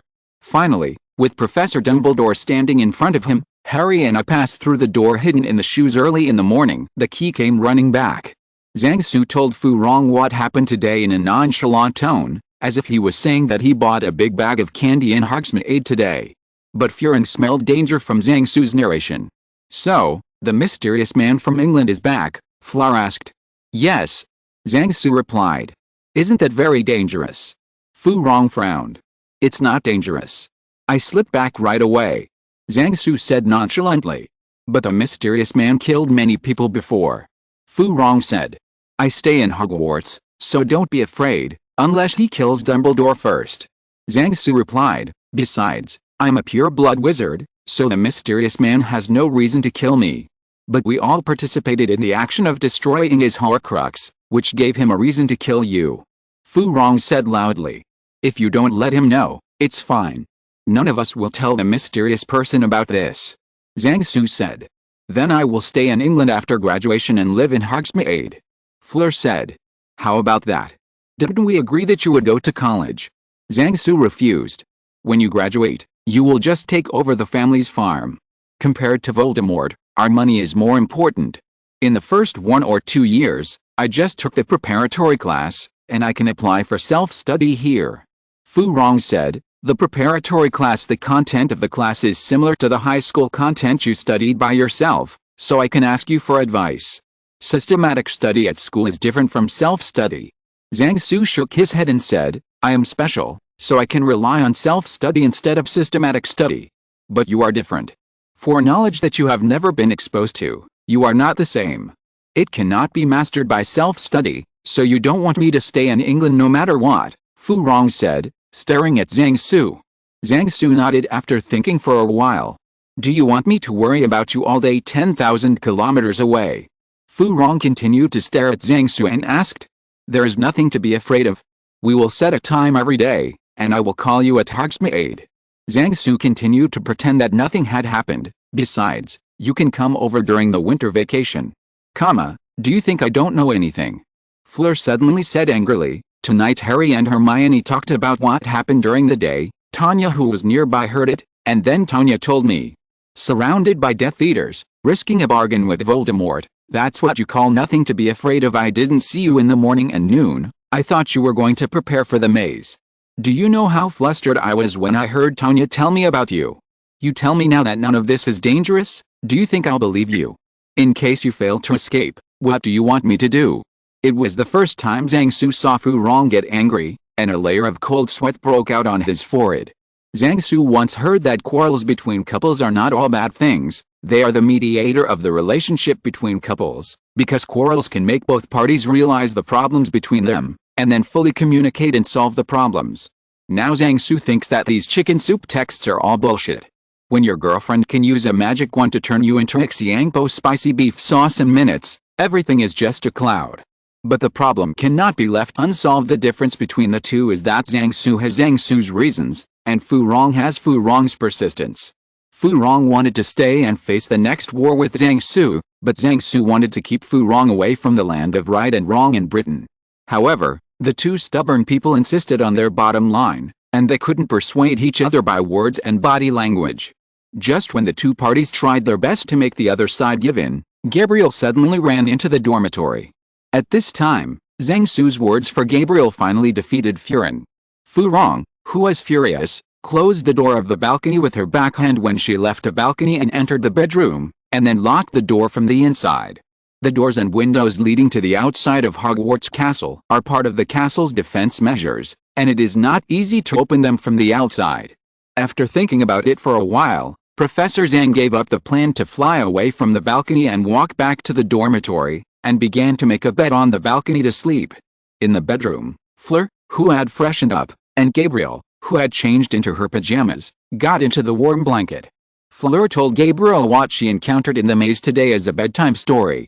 Gabriel exclaimed when she heard the tense parts, and laughed non-stop when she heard the happy parts. As for Gabriel asking someone on the balcony, Fu Rong said, "My brother is going to study astrology tonight, so we won't bother him." Chapter 219 What happened to Dumbledore? In the week after the exam, the students who have nothing to do with paperwork should have fun and fall in love with each other. However, the professors at this moment are busy, and they are hurrying up to correct the students' test papers. Professor Zhang is no exception, but unlike other professors, a person who has spent 2 lifetimes in the examination room naturally knows how to correct the paper and it will be easier. So since last year, many little wizards realized for the first time what multiple choice questions and answer sheets are. Instead of using a card reader, just use an answer sheet with a correct answer hollowed out to cover the students' answer sheets. Even Peeves can change the test papers. Except that it takes some time to correct the quizzes. Zhang Su spent 2 consecutive days and nights with the energy he used to play the Civilization series and Football Manager series to correct all the test papers and calculate the scores. Such a good method will naturally be learned by other professors, but there are several multiple-choice questions with more than a dozen options in the exam paper of Potions class, which makes Zhang Su feel a little toothache. It was already late at night after finishing all the work. Zhang Su did not go back to the dormitory to sleep soundly, but hugged left and right on the stone bench by the lake. On the left is Hermione's pet Crookshanks, and on the right is Mrs. Norris raised by Filch. Zhang Su is holding a small dried fish in an attempt to provoke a war between them. After being hit a few times, Crookshanks suddenly rushed up and snatched away the bag of dried fish held in Zhang Su's left hand, and Mrs. Norris also ran away with Crookshanks. Zhang Su sat alone on the stone bench, looking up. Just like the description in the moonlight of the lotus pond, there are 1 or 2 stars leaking through the gaps between the trees, and the listless ones are the eyes of a drowsy person.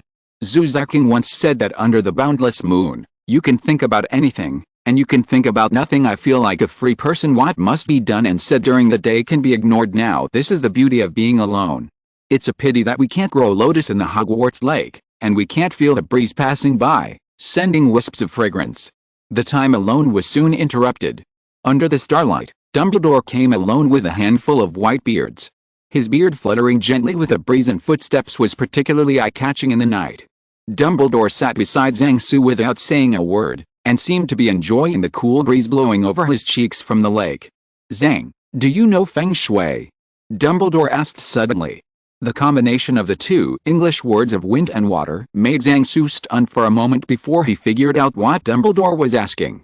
"Slightly understand," Zhang Su replied. "Some things have been heard a lot, and he can also fool a few words. I want to build my tomb in Hogwarts after I die. Which place do you think is good?" Dumbledore asked. This time it's Zhang Su's turn to have a big head. He knows more about architectural geomancy, but he only knows the basic principles of Feng Shui in plains, 10 in mountains, 10 in directions in tombs, and 10 taboos in tombs. Taboo song. After all, the Feng Shui of the building room can be used in the construction and decoration of the house. The location of Zhang Su's ancestral tomb has not changed for hundreds of years, so the Feng Shui of the tomb cannot be used. And there is nothing too mysterious about these taboo songs.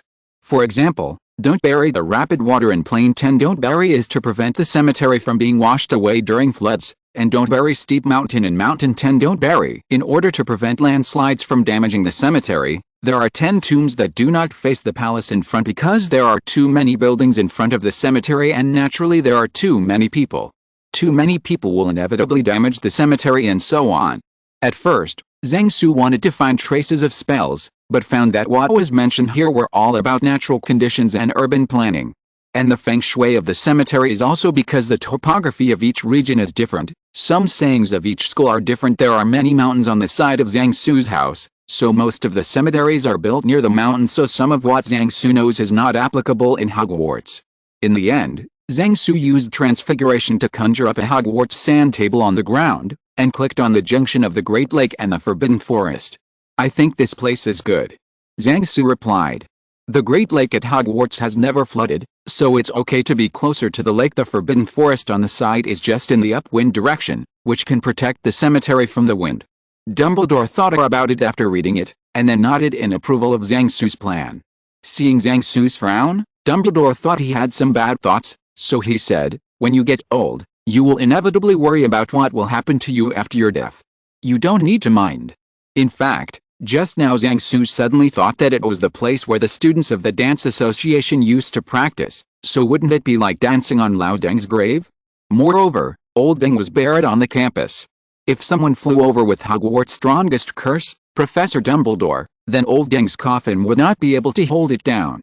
Zhang Su also remembered that he often heard that many new schools were located in former cemeteries, mass graves and other places. In order to let the yang energy of young students suppress the yin energy of the cemetery later, Zhang Su asked a retired veteran cadre of the education system this question. The veteran cadre laughed and said that the most basic reason for choosing to build schools in those places was that the land cost no money. Zhang Su naturally wouldn't tell Dumbledore that his mind was running out of bounds just now. It seems that, Professor, you don't have the confidence to survive this war. Zhang Su said to Dumbledore with a smile. Yes, everyone may die in the next war, said Dumbledore. This is impossible. Zhang Su shook his head and said, you are the combat and spiritual pillar of the anti-Voldemort forces. Even you think that you will not survive this war, so do other people still have confidence? It's not easy to lead the team. After hearing this, Dumbledore smiled and said nothing. After a while, he said, Zhang, are you afraid of death? What do you think of a person's life? Zhang Su raised his eyebrows, while Lao Deng started talking about this today. Men are inherently mortal, or they are heavier than Mount Tai, or lighter than a feather. The most precious thing for man is life, and life belongs to man only once. A man's life should be spent like this. When he looks back on the past, he will not regret for wasting his years, nor will he be ashamed for doing nothing. I used to hear people say that reading too many books is useless. Zhang Su has always been he to such people. Poems and books are in the belly, and when you talk to people, you can find chapters and use allusions at your fingertips. This is the difference between Westlake is so beautiful and the water is shimmering and sunny, and the mountains are empty and rainy. Lao Deng has never read Ren Xiaoking's book and how steel is tempered, but the meaning of Zhang Su's words can still be heard. Dumbledore smiled and said, I hope my death is as heavy as the mountain. Dumbledore left after speaking. Zhang Su watched Dumbledore disappear into the night, recalling his slightly strange behavior tonight. Perhaps it was because he realized that he was too old to suppress Voldemort after a few moves with Voldemort a few days ago, or he realized that this time Voldemort must get rid of him first and then quickly, and finally expressed his feelings. And this time Voldemort came back aggressively, but the Minister of Magic, Fudge, was holding him back for the sake of power, so that he could not suppress Voldemort's power in the initial stage. Anyone who met such a pig-like teammate would feel tired. Chapter 220 Professor Dumbledore, you are making trouble. It was another school year school leaving banquet. In the Hogwarts cafeteria, students from the three schools gathered together. It's just that compared to before, the headmaster of Durmstrang, Karkaroff, who is on the professor's seat, disappeared, and Fudge ordered that Karkaroff had something urgent to do, so he knew that his headmaster had cheated Hogwarts. There are not many students in Durmstrang who ran away. In this Triwizard Tournament, no one was killed or seriously injured or disabled. The students of the three schools were all very happy.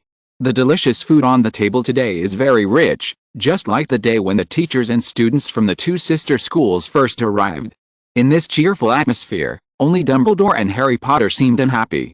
To be exact, the two of them had been unhappy since they knew Voldemort was back. Period. Oh, and there's Snape, who looks unhappy all year round. As for Zhang Su, he has nothing to be unhappy about. He was sure that the halo of the protagonist in this world was on Harry Potter and not on himself. Just imagine which protagonist will be driven to spend the night on the balcony by his girlfriend if it wasn't for the good luck after the halo of the protagonist of Harry Potter flashed a few times. How could he help him at the last moment and take Dumbledore and him to Voldemort's side without any danger? I can follow the protagonist to the final boss and come back safely, instead of letting Loudang hold a glass of wine on the stage and say, "First of all, I must announce with great pain that we have lost a very good man. He should have been sitting here and enjoying this dinner with us." I hope everyone will stand up and raise their glasses to pay tribute to Zhang Su. Then Fu Rong, Gabriel and others wept like rain and tears at the table. CGIE, isn't that enough? As for the private money obtained this time, it's a good thing that Harry Potter didn't tell about it that night. Zhang Su reckoned that Voldemort was regretting not saying get rid of those who are in the way at the first time, but he was severely tricked by Zhang Su. Throughout the dinner, Zhang Su focused on discussing with Fearing about summer vacation activities. In the future, Fleur will have less time to return to France, and she wants to spend more time with Gabriel during the recent period. And Zhang Su has a lot of things to do this summer vacation. The birth of Java last month and the official release of Windows 95 2 months later are all closely related to the company he opened in China. Stay in the country for a long time. At the end of the dinner, Zhang Su saw Dumbledore standing up, and the cafeteria fell silent. "Another year is over," said Dumbledore, looking at the students. "There is one thing I think I must tell everyone," Dumbledore continued. Zhang Su frowned. He immediately thought of what Dumbledore was going to say next. "Voldemort is back." Dumbledore's words blew through the entire cafeteria like a cold wind, and many students shivered. "The Ministry of Magic doesn't want me to tell you this," continued Dumbledore. "Some of the parents of my classmates may be shocked by my actions, either because they can't believe that Voldemort is really back, or because they think I shouldn't have told this to you. After all, you are young. However, I believe that telling the truth is always better than lying. Everyone, please look at the big screen." With a wave of Dumbledore's wand, a large piece of curtain fell on the wall behind the professor's chair, covering the entire wall, blocking the school emblem hanging on the wall. The next moment, the candles in the cafeteria were extinguished, and the whole cafeteria was plunged into darkness except for the curtain. Immediately afterwards, a picture appeared on the curtain, and many students recognized the picture taken by the photography crystal at this time. This crystal was hung on Zhang Su's collar from the beginning, and Zhang Su has been using it as a driving recorder. When Dumbledore asked him to negotiate with Voldemort about the video of Voldemort's resurrection, Zhang Su copied the content of the video to Loudang without saying anything. At first, Zhang Su thought he was going to show it to the officials of the Ministry of Magic. Who knows that he made a plan for the students of the three schools to see from the very beginning. Seeing the beginning of the video on the big screen, Zhang Su heaved a sigh of relief. At the beginning of the video, the hooded old horse put Voldemort into the boiling cauldron, avoiding Zhang Su's use of fainting on Harry Potter. Stunning physics, the kidnapping of Harry Potter and the deal with Voldemort. When the students in the cafeteria heard the phrase "Do you want to add some angelica, red dates, wolfberry, tangerine peel, star anise, grass fruit, radish," they knew that there was someone next to them, and everyone turned their attention to the Zhang Su. As the Death Eaters added to the cauldron, the incantations chanted as they added bones, meat, and blood, were heard by the students throughout the dining hall. Especially when it was finally seen that the last blood used came from Harry, who was tied up in the firewall, the whole cafeteria was in an uproar. In the end, a puff of white steam rose from the cauldron, and a black figure of a tall and thin man who looked like a skeleton stood up from the cauldron. At this moment, I don't know how many people didn't realize that they had completed a mythical achievement, seeing Voldemort's naked body. Fortunately, the scene was smoky and Zhang Su was standing a little far away, so there were no scenes that were too unsuitable for children. The man put on his clothes and walked towards the camera. At this time, everyone saw his face paler than a skeleton, his two big eyes were as red as a little white rabbit, his nose was gone, and his nostrils were too slit. Immediately afterwards, the wall of fire that surrounded Harry Potter just now disappeared without a trace, together with Harry, and soon after, Dumbledore appeared in the picture. The recording ends here. The students in the cafeteria were all silent, followed by buzzing discussions like bees flying, and soon the relit candles in the cafeteria fluttered up and down amidst the waves of students' voices. Dumbledore, who had just made a big news, stood on the professor's chair without saying a word, just quietly looking at the students below. At this moment, Zhang Su felt that his hand was about to break a bone. As soon as the video recording started, the nervous Fu Rong tightly grasped his arm. After finally comforting Fu Rong, the discussion in the cafeteria also quieted down.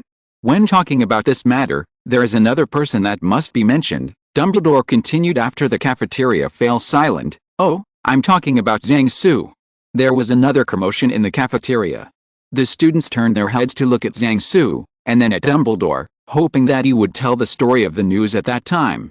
Zhang Su and Harry Potter were captured by Voldemort's subordinates together, said Dumbledore. Surrounded by Death Eaters, he risked his life at any time. While dealing with and negotiating with Voldemort, he managed to. I was contacted. He showed wisdom and fearlessness in every way. Few wizards can show this kind of spirit in the face of Voldemort and the Death Eaters. For this, I pay tribute to him.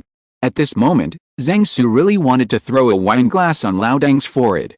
A few days ago, he persuaded Fu Rong to leave the UK. Looking at Fu Rong's expression and eyes, Zhang Su reckoned that he slept on the balcony for nothing that night. Dumbledore turned to Zhang Su seriously, and raised his goblet again. Most of the people in the auditorium did so. They shouted Zhang Su's name loudly and toasted him. When Zhang Su stood up to pay homage to the crowd, through the gaps in the standing crowd, he could see that half of the Slytherin students were sitting still, and only raised their wine glasses by a centimeter or two, meaning to put them down. After everyone was seated, Dumbledore made another speech calling on everyone to unite.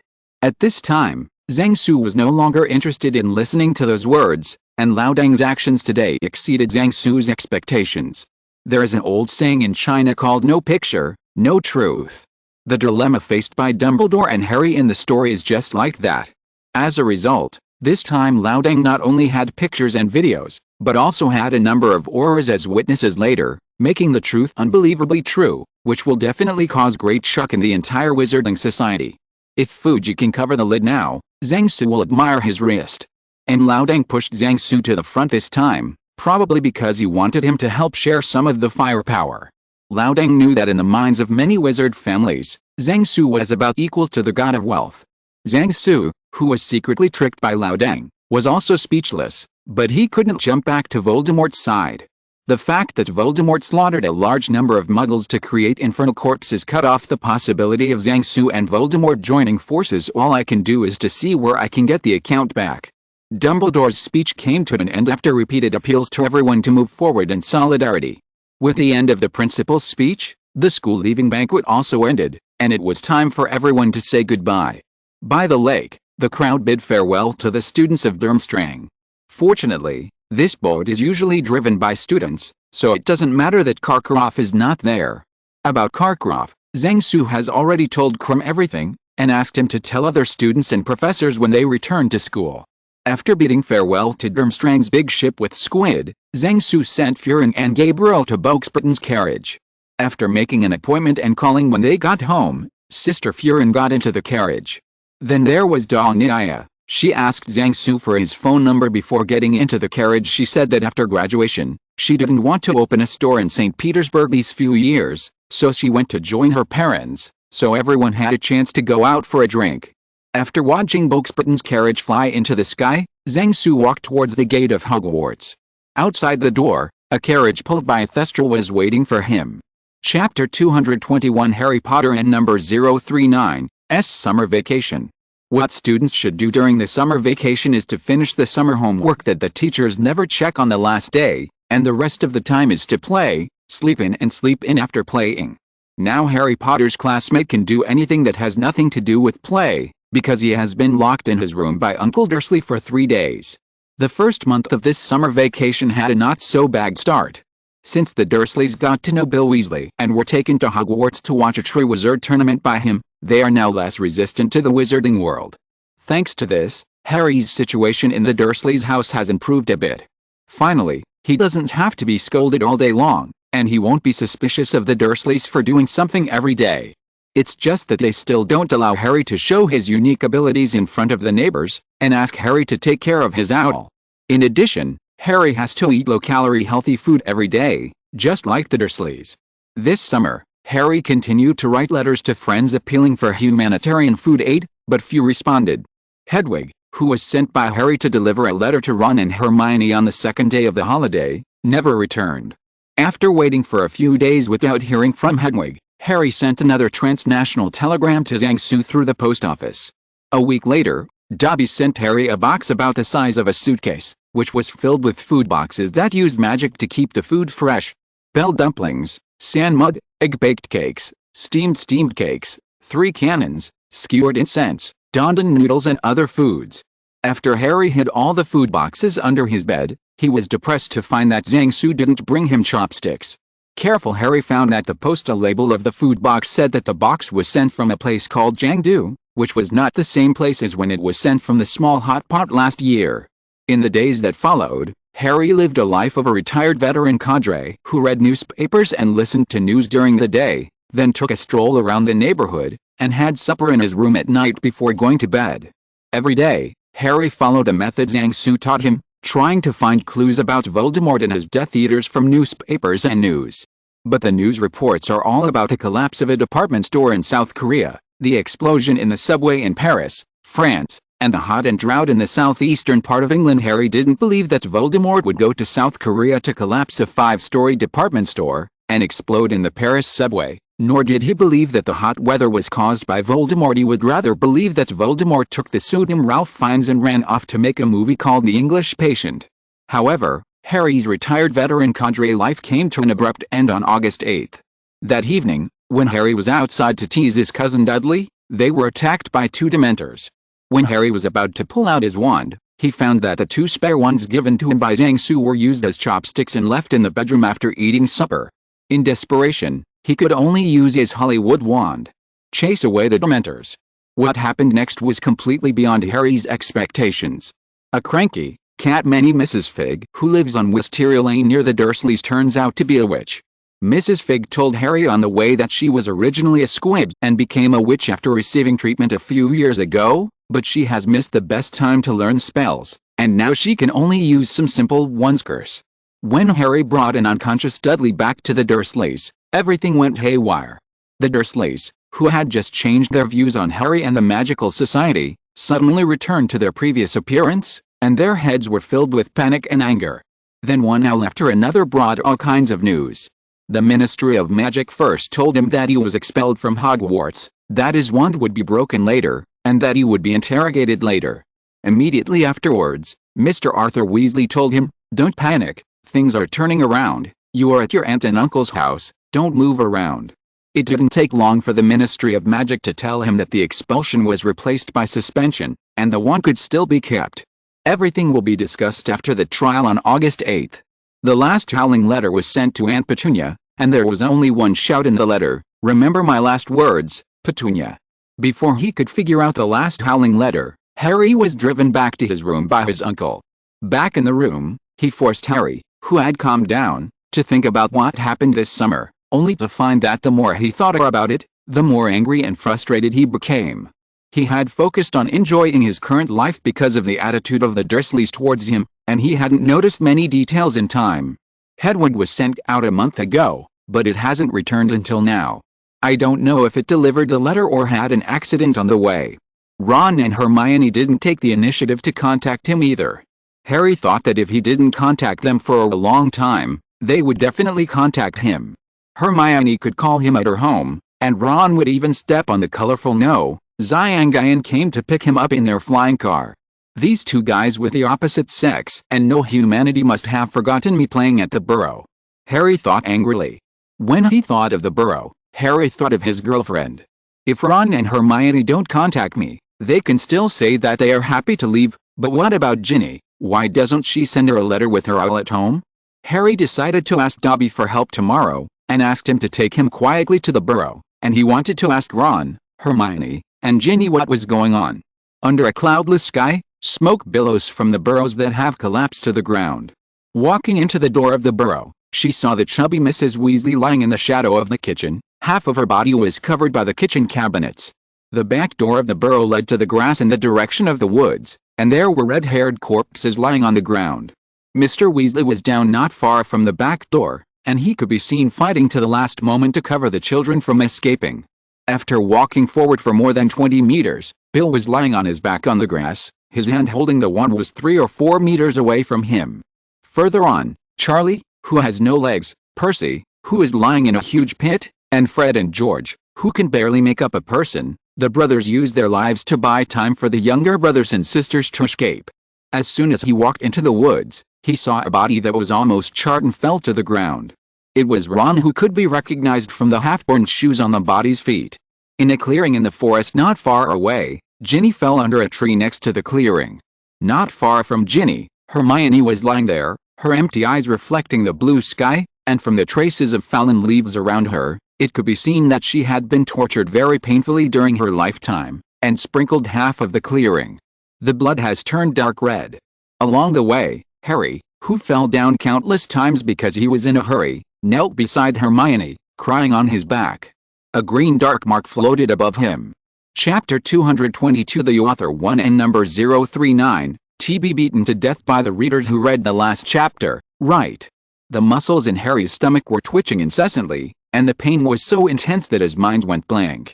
Harry, who was woken up after rolling out of bed, sat on the floor with his back leaning against the leg of the bed. After taking a few breaths, his stomach felt better, so he took out a bottle of milk from the food reserve under the bed and drank it in big gulps. Stand up. The cold milk entered his stomach, soothing his aching stomach a little.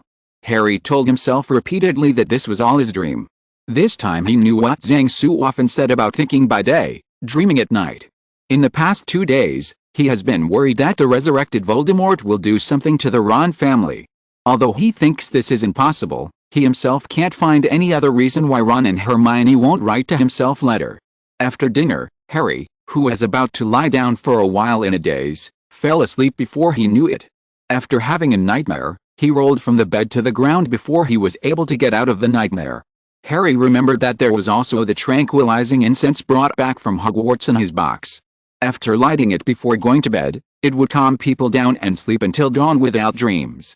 These Ningxian incenses were made after Zhang Su taught Ginny to make them, and Ginny took him to pick Ningxian grass around the greenhouse. Thinking of Ginny, Harry recalled the nightmare just now. Feeling his stomach aching again, Harry forced himself to stop thinking about the wheel eyes. Harry turned his thoughts to Zhang Su. He was the friend Harry didn't have to worry about for his safety the least.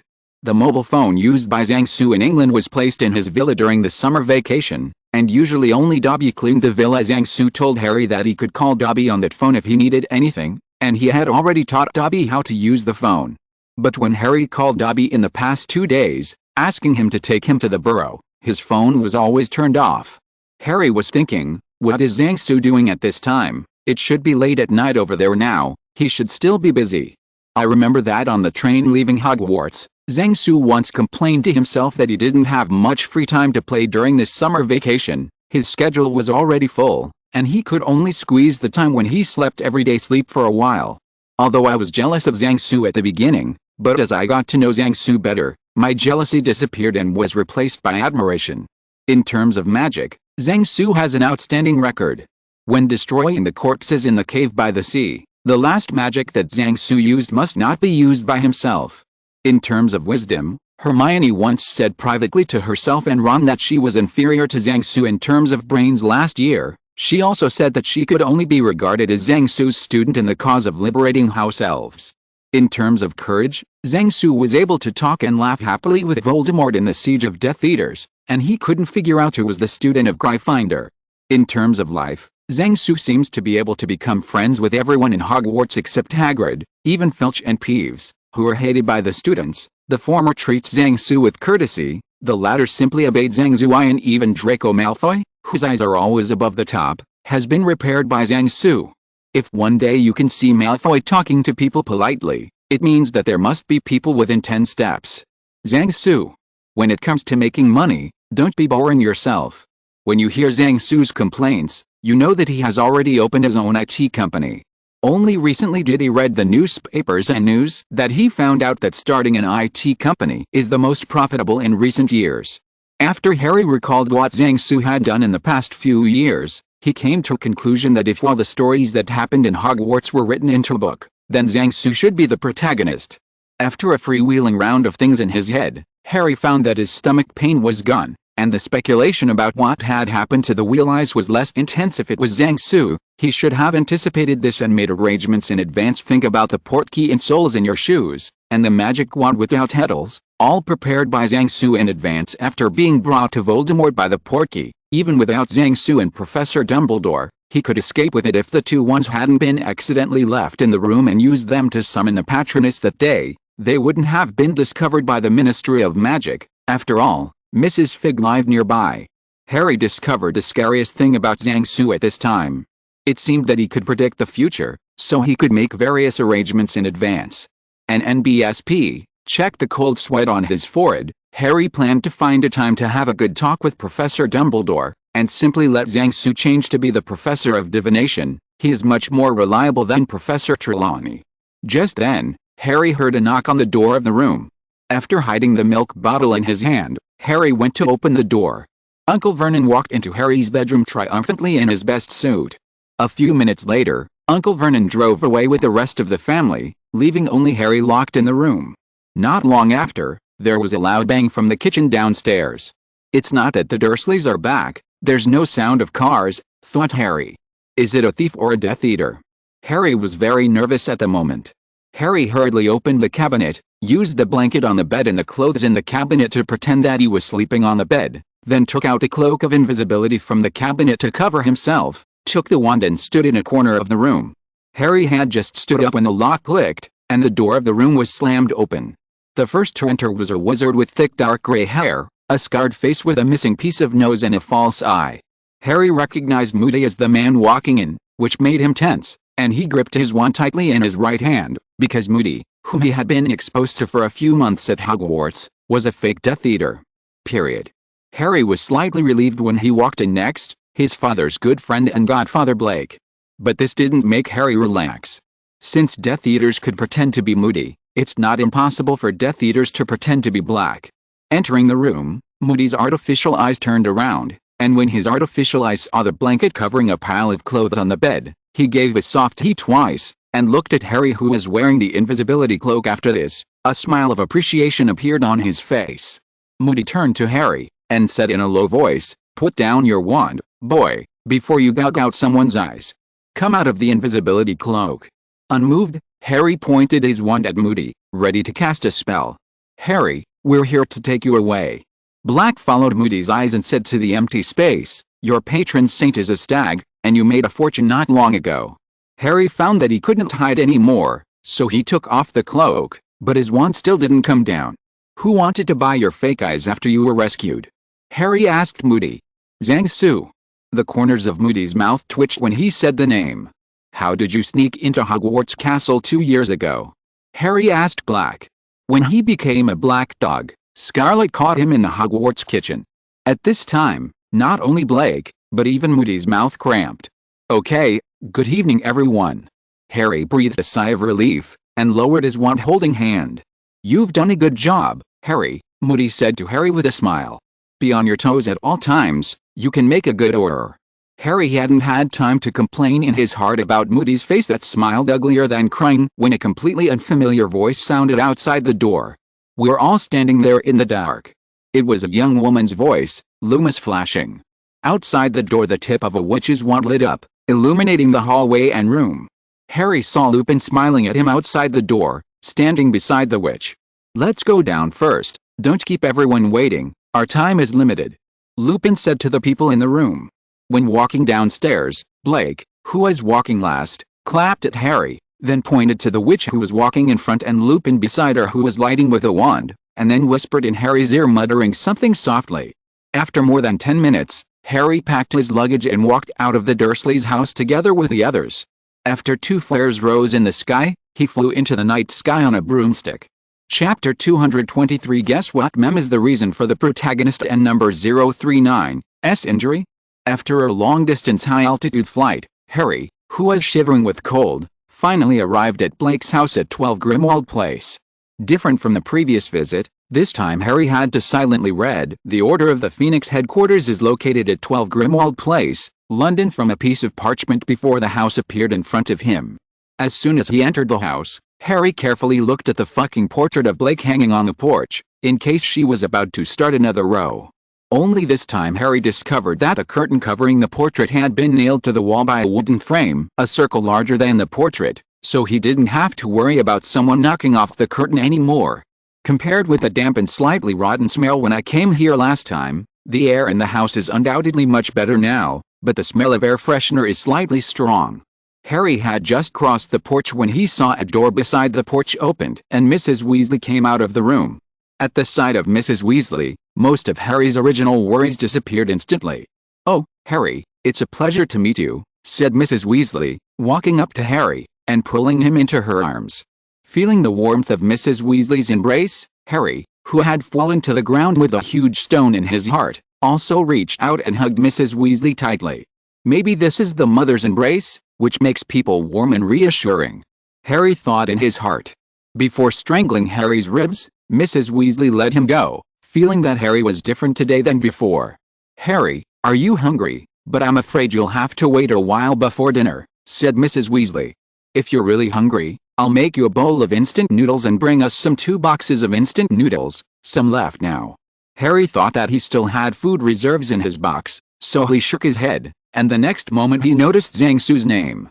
"Is Zhang here too, Mrs. Weasley?" Harry asked.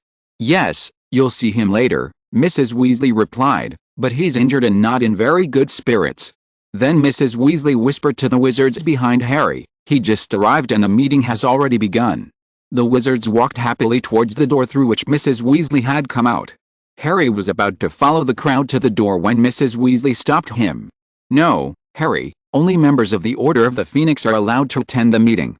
Ron and Hermione are upstairs, you can wait with them until the meeting is over, and then we will have dinner," Mrs. Weasley said to Harry. "I don't have time to explain. I'll tell you where you sleep first. Then I have to hurry there. I should be at the meeting." Following Mrs. Weasley's instructions, Harry came to the second door on the right on the second floor, twisted the bedroom door handle in the shape of a snake's head, and walked in. As soon as Harry entered the room, there was a scream, and Hermione threw herself on top of him, nearly knocking him onto his back. Looking at Hermione who was hugging him, Harry remembered the bloody corpse lying on the fallen leaves in his dream not long ago, and couldn't help but hug her tightly. After 1 minute, "Hey, buddy, are you timed out?" Ron's voice sounded from the side. Hearing Ron's voice, Harry let go of Hermione, walked straight to Ron, and then hugged Ron who was stunned. "It's great that you're alright," said Harry. "I thought you were all caught by Voldemort when you didn't reply." Ron, who was in Harry's arms, couldn't help but tremble when he heard the name of the two-hole socket man. After 2 minutes, "Hey, buddy, are you out of time?" Hermione's voice sounded from the side this time. "Are you alright, Harry?" Hermione asked after Harry let go of Ron. "Are you mad at us because we haven't been able to write back to you?" After the worries in my heart were swept away, complaints and anger followed. "Why can't you write me back even if it's just a note? I've been worrying whether Voldemort led people to attack the burrow and killed you all." Harry shouted loudly when he burst out suddenly. Hermione and the trembling Ron looked at each other, not knowing what to say for a moment. "During the whole summer vacation, only Zhang wrote back to me," Harry said angrily. "We wanted to write back to you too, buddy," said Ron. Hermione was so worried, she kept saying, "If you've been stuck at your uncle's and aunt's without any news, you will do something stupid. Zhang also said that you should be brought here earlier, and that adding buffs won't take so much time. We don't understand things like that. But Professor Dumbledore strictly forbids us to tell you." The enthusiasm and joy brought about by the long-awaited reunion is gradually fading, and Harry's resentment over the past month is constantly emerging from the bottom of his heart. While Harry was complaining to his friends, Zhang Su kept complaining in the conference room downstairs. "Professor Snape, I once again suggest that you follow the form I gave to record the information on the mysterious man and the Death Eaters," Zhang Su said after pinching the center of his eyebrows with his right hand. "Just like you record the refining process of potions, time, place, person, goal, process, result, attitude of the mysterious person, etc., everything is clearly recorded, and you treat every action of the Death Eaters as it must be a potion refinement.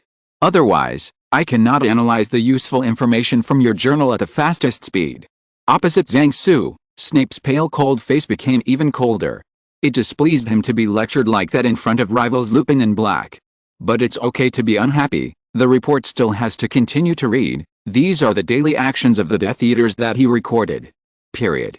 After finishing the report, Snape said to Zhang Su expressionlessly, "The Dark Lord wants to talk to you, Zhang." The members of the Order of the Phoenix in the meeting room were all taken aback. They looked at Zhang Su for a while, and Dumbledore, who was sitting at the end of the long table for a while. No time. Zhang Su waved his right hand and said, "Now I'm so busy that I wish I could split it into two. If we want to meet up, we'll wait until I'm done working.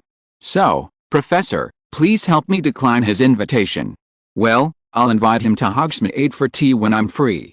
The people in the meeting room suddenly couldn't calm down, and even Dumbledore almost broke the quill in his hand. It's not that Zhang Su wants to show off, but that he is really too busy recently. If Dumbledore hadn't personally asked him to come to help a while ago, he would still be running around the country now. "I'll tell the Dark Lord," Snape said deadpan. This was the last part of today's meeting. After the meeting, Dumbledore, Snape and others left directly, and some stayed for dinner. Not long after, Harry and his friends came to the restaurant after being notified by Mrs. Weasley. Zhang Su saw that Harry's expression was not very good. "Hey, Harry." Zhang Su greeted Harry. "Long time no see. How are you doing on vacation?" "Long time no see, Zhang. What happened to your hand?" Harry looked at Zhang Su's left hand and asked in surprise. At this time, Zhang Su's left hand was placed flat on the table. Scarlet on the side had just helped him untie the bandage on his hand. Human tooth marks. After disposing of the replaced gauze, Scarlet sprinkled a layer of glutinous rice soaked in medicine around Zhang Su's arm, and then helped him bandage his entire left hand. Harry saw that the muscles in Zhang Su's left hand trembled slightly when the glutinous rice touched the blue-black skin of Zhang Su's left hand. "You deserve to be hurt if you show off," Scarlet said in a tone of baby. "Mom is very disappointed in you." If you're listening to this novel on a channel other than Fanfic World, it means they downloaded and uploaded it without effort.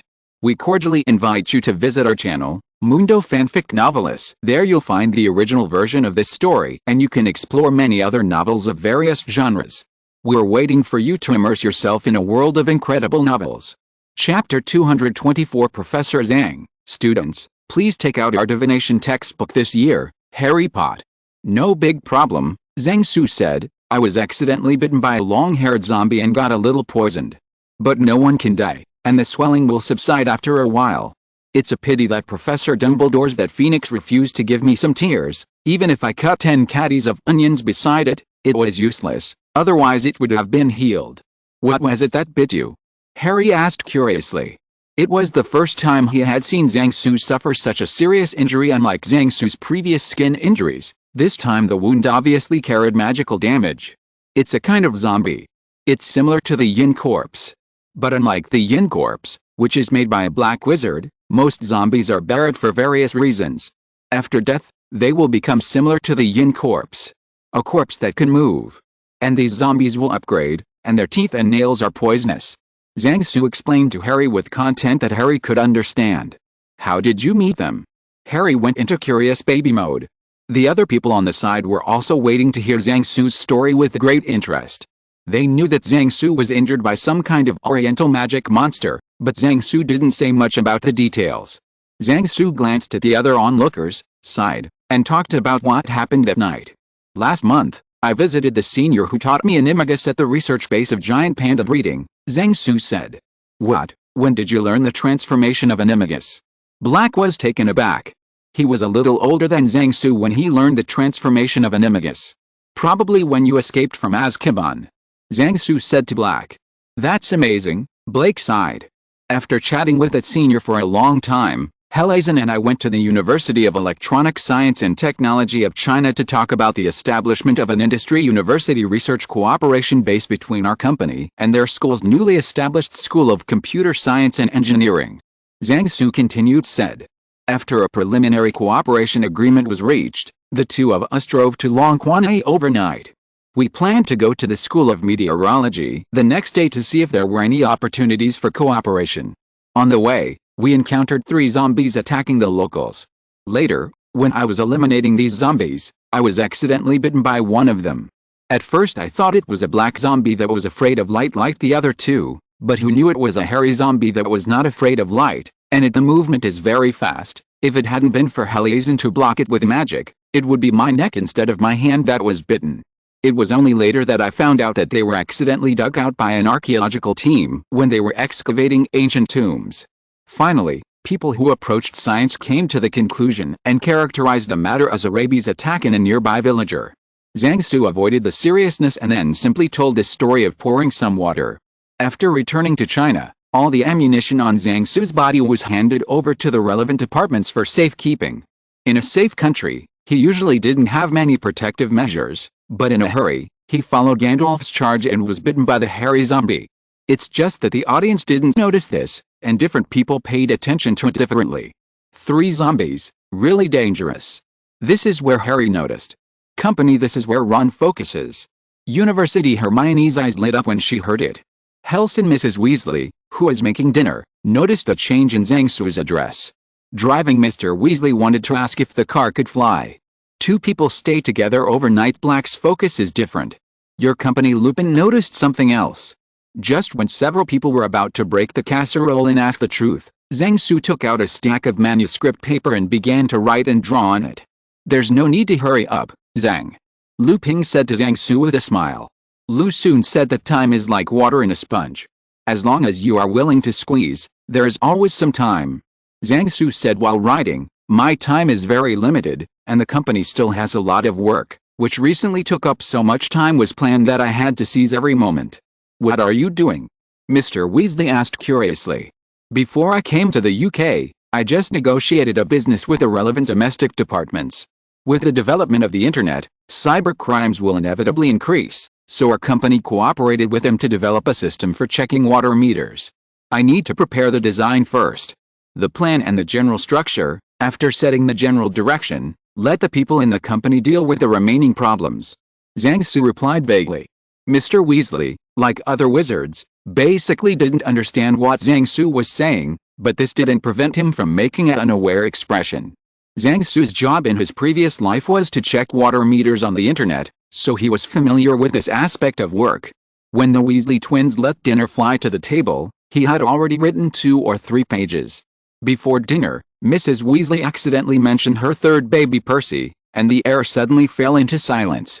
Zhang Su, who is handicapped with his left hand, can only eat with his right hand. He can handle tonight's stew and bread with one hand. Period. After everyone ate in silence for a few minutes, Mrs. Weasley started talking to Black about cleaning the house. The house had not been lived in for many years, and Creature had not maintained it much. The relationship between Black and Creature has eased because of Regulus, but Black didn't let him clean the house, and Creature is also old and starting to be unable to do what he wants, so the house is only clean in a small number of places where people are often present. Period. Tonks amuses Hermione and Ginny by constantly changing the shape of his nose.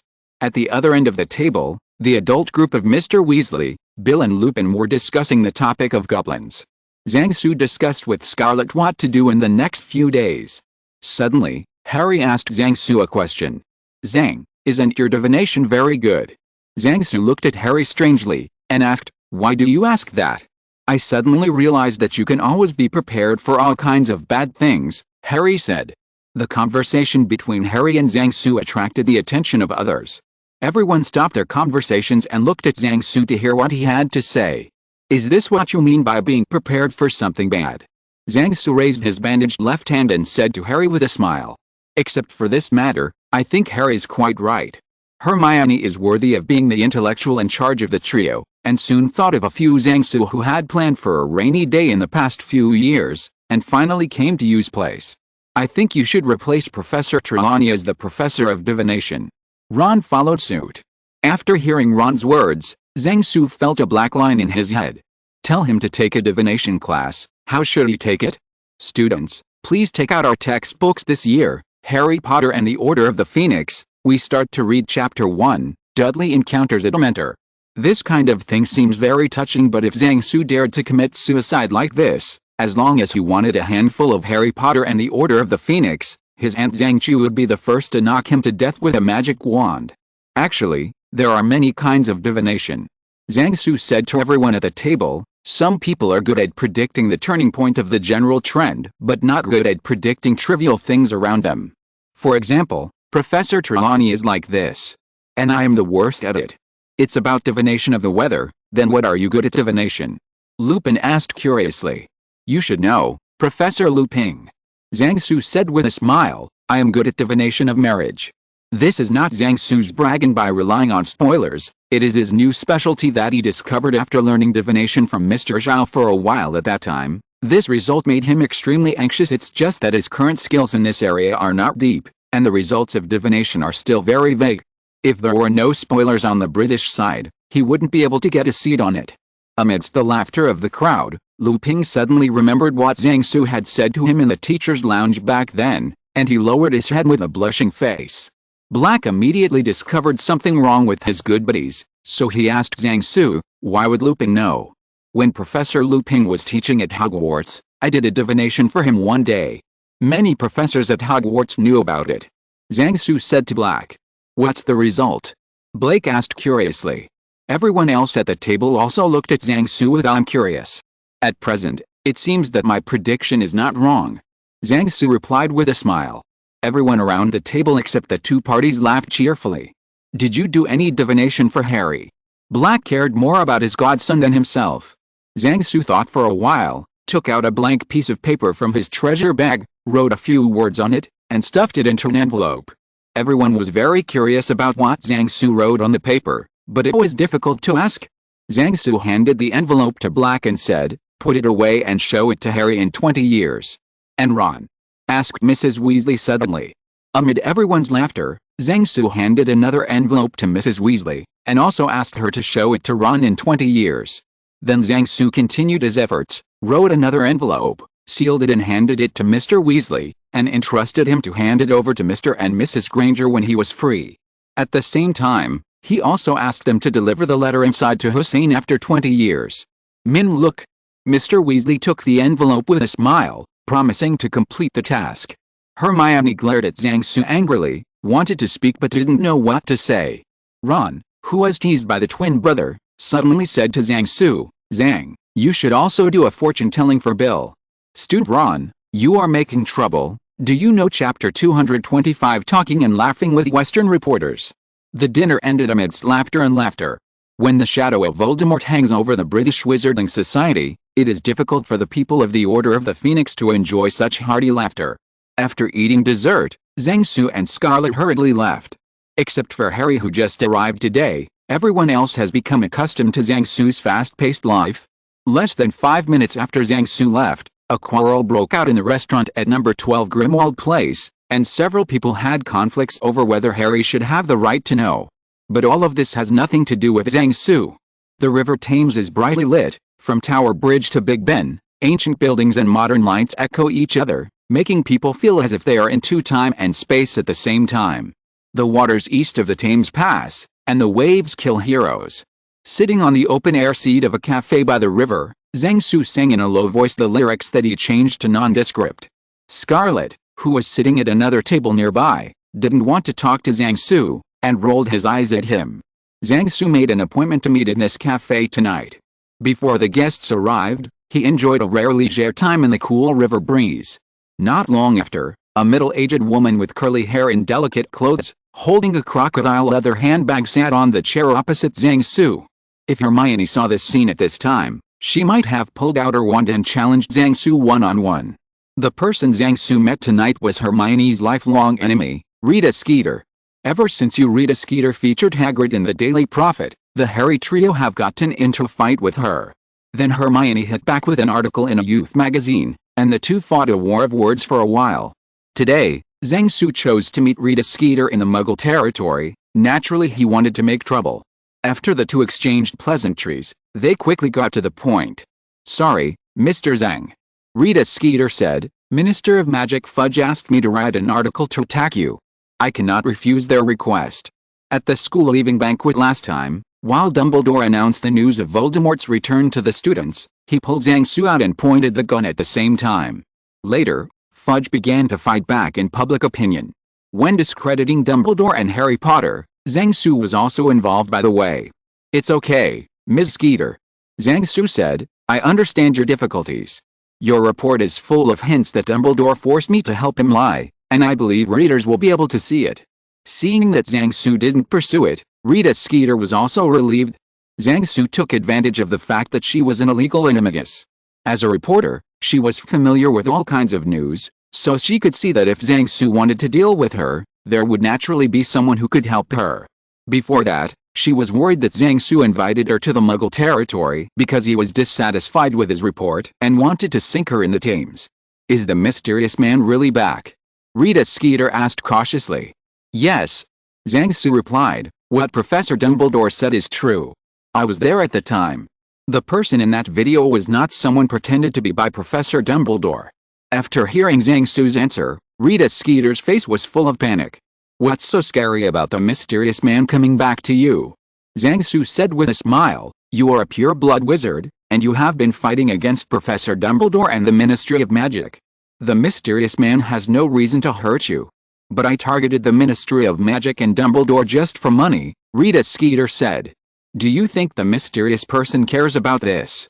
Zhang Su said, he only cares about the result, and won't care about the motives of you, a small person. But I don't dare to write articles attacking you-know-who and Death Eaters, Rita Skeeter said, you'll lose your life. It seems that when we face the mysterious person, we all have the same position. Zhang Su said, if the mysterious person is in power, you will not have a good life. After struggling in her mind for a while, Ritaski nodded and agreed with Zhang Su. Actually, you can also play a very important role in the fight against a mysterious man.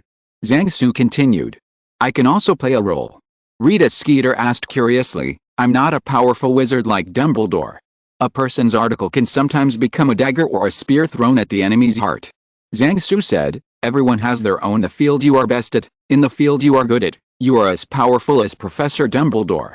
Rita Skeeter stared at Zhang Su dumbfounded. This was the first time she heard such a statement. After recovering, Rita Skeeter stared at the half-drunk coffee on the table, thinking about something. Journalists like Rita Skeeter know best who they can mess with and who they should never touch. For targets like the Ministry of Magic and Dumbledore, Rita Skeeter dared to write articles to attack them because she was sure that they would not use unconventional means to deal with her. As for people like Lucius Malfoy, if she dared to write articles to attack them, a whole body would be considered merciful. If the mysterious person came to power in the end, she would be a ghost of pointing out the current problems, and forget about writing romance novels instead. What should I do? Rita Skeeter raised her head and asked Zhang Su. Just do what you like the most. Zhang Su replied.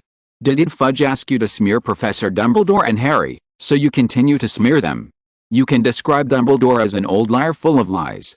In fact, Harry Potter, the savior, is a complete fraud. How could you know who'd be defeated by a baby? There must be something hidden behind it. Make it up whatever you want. Now the real Harry Potter was actually a boy of the same age named Daniel Radcliffe, who was found by Dumbledore to pretend. In the article, you try to mention Fudge as much as possible, implying that our Minister of Magic has already seen through Dumbledore's conspiracy. Readers who have been watching the news that smears Dumbledore and Harry will definitely get tired of it after a long time. You can use a pseudonym such as Miranda Richardson to write articles supporting Dumbledore and refuting your real name content of the article. Then you can use both names to write articles attacking each other. When there is a war in the newspapers, people will pay more attention to your reports in the newspapers. Of course, you must take precautions to keep it secret. It's a pity that you don't want to be a reporter, Mr. Zhang. Rita Skeeter said to Zhang Su sincerely. Although she didn't know why Zhang Su suggested that she continue to smear Dumbledore and Harry Potter, but the method he said later, create rumors with a left hand first, and then refute them with a right hand, gave her a lot of inspiration. Why continue targeting Dumbledore and Harry Potter? Asked Rita Skeeter. Do you want to make a Minister of Magic resign based on your own reports? Zhang Su asked. Can it be done? Rita Skeeter's eyes lit up. She was very interested in such things. Fuji obviously wants to cover up the news of the mysterious man's return with all his strength. Zhang Su said, then you should do your best to help him and let the public see his efforts. When the mysterious person makes his public appearance, you only need one article to get down the minister who deceived the public. Rita Skeeter immediately understood what Zhang Su meant, and said, this method is very good, I need to make a good plan. Can you do me a little favor? Zhang Su said. What do I need to do? Rita Skeeter asked. Zhang Su took out a piece of parchment, wrote a series of family names on it, and handed it to Rita Skeeter. If you want to use Miranda Richardson's name to write an article supporting Professor Dumbledore, please imply in the article that these families are secretly supporting Dumbledore. Zhang Su said. Rita Skeeter understood Zhang Su's meaning after reading the family name on the note. These are the families that offended Zhang Su. They were the families that tried to let the werewolf raid Hogsmeade and assassinate him after the chaos, and the families that tried to use fire dragons to assassinate him after the Triwizard Tournament. Although Dumbledore and the others made these families take off a layer of skin, Zhang Su still wanted to give them a hard time by himself. As long as Rita Skeeter described them as Dumbledore's hardcore supporters in the article, Fudge and Voldemort would naturally help Zhang Su deal with them. Rita Skeeter accepted the parchment and agreed to do Zhang Su this favor. Rita Skeeter can go to Gringotts to claim a bag of gold coins based on the contents of the other side of the parchment, as long as she uses her wand to remove the family names written on the piece of paper when she goes back. Moreover, the goblins of Gringotts will destroy the parchment after completing the payment procedures, so that no one will know the transaction between the two of them. Everyone is smart and knows what to do next. End of this chapter. Thank you very much for reaching the end. Don't forget to like. Looking for more exclusive content and immediate access? Subscribe to our Patreon. Remember, every like, subscription, or donation encourages us to continue. Thanks to everyone. See you in the next video.